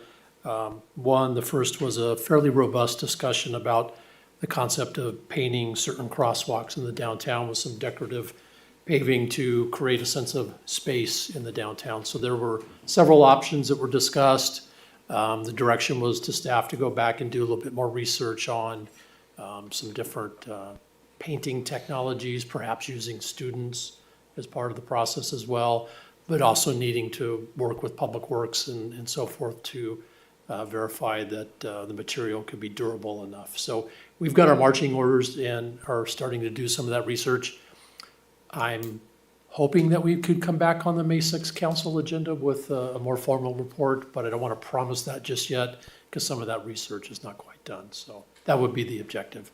The second item that was talked about that evening was just a sort of a receive and file of the downtown revitalization plan overview, which is a very big document, and Laura James, our economic development manager, gave a brief overview of the major elements of that plan. There was a number of questions, and I think the direction was essentially to pursue or keep the committee advised as elements of the project or the plan are pursued and implemented going forward. So it was a receive and file with a little bit of discussion. And that's all I have for you this evening. Thank you very much, sir. City Treasurer's report is attached to the agenda. City Clerk report. Okay, thank you. City Attorney report. Thank you. City Manager report. Just a couple reminders. Tomorrow at 4 p.m. is the 2nd Street Extension groundbreaking ceremony at the end of the 2nd Street cul-de-sac, followed by a 6 p.m. town hall here in Beaumont with Congressman Ruiz. We are kicking off Beaumont Nights Thursday night at 5 p.m. We have a couple different Parks and Rec events happening on Saturday. They're both on our community calendar. And we also have a budget workshop next Tuesday at 5 p.m. That's all I have. Thank you. Future agenda items? Mr. Mayor, I've got one, but it's tied to my council report. Can I address it then? It's more of a Future question to agenda? staff. Yeah, it's a Just a question. question? Yeah. Okay. Seeing none, we'll go to council reports. Councilmember Finn, we'll go ahead and get started. Okay, thank you, appreciate that. So I attended the recent PASCOM meeting, and a couple of things that were brought out from that. One is they had a presentation on recognizing strokes, and it's probably the third highest emergency call that our emergency services get in the Pass area, and it's the 5th leading cause of death. So it's encouraging everybody to recognize the signs of strokes and so forth, and be aware of that. But also too, there was some information shared from Riverside County EMD, and they have a rivcodeready.org alert system where you can sign up for emergency alerts for evacuations, disasters, and so forth. And on their website for that, they mention, so below is a list of Riverside County cities that currently have their own alerting system with links to the page for each of the city's respective system. And it lists Banning, Corona, Hemet, Marina Valley, Palm Springs, Riverside, City of Riverside, and Temecula. Is that something that we could do as a city, and would it make sense to maybe have them come out? I don't know if they just need to talk to staff or if we would want them to come and give a presentation to council. So that's why I had the question about it being a future agenda item. Maybe it's something that staff can look into first. Okay, all right. Then I also attended RTA's finance meeting, nothing really to report on that. They did give us new directors that were signed this year in orientation, and we had an overview from each department, so that was very helpful. Attended the Beaumont Chamber Breakfast where Assemblymember Wallace was there and gave a state legislative update. And then also we had, I attended the T-Now meeting, and we had a presentation on that, so give me just a second, I'll get that pulled up. And we had RCTC give a presentation on specialized transit. That's a thing that's funded by Measure A. And what it helps is it provides funding to public and human services providers for transportation. It serves the disadvantaged communities, those with disabilities, also with veterans, and it helps with outside of the basic fixed routes and dial-a-ride. Since 2009, they've been awarded $40 million for those efforts. They're projecting over the next 3 years 807,000 one-way trips. And so it's a great thing to check into, especially for those businesses and entities that help the those who need a ride. And you can get more information at rctc.org/specialized transit. And that is my report for the evening. Thank you. Thank you. Councilmember Martinez? Thank you, Mayor. Just real quickly, real short, attended, of course, the Youth Council, and thank you, Thaxton, wherever you are. Oh, there you are. That was a great, we didn't have full council there, youth council there, but we did have quite a few, and they really did enjoy that, and thank you for your patience and your thorough explanation of everything that you do, so very well. The EDC, thank you, we went over that report. They also want to know, for future agenda, they wanted to discuss the billboards in Ukaipa and costs and stuff around that. So that might be coming back to our next meeting. And just want to thank Mayor Lara for being my alternate for the RCA. I appreciate that. We've got some conflicts pop up, so thank you.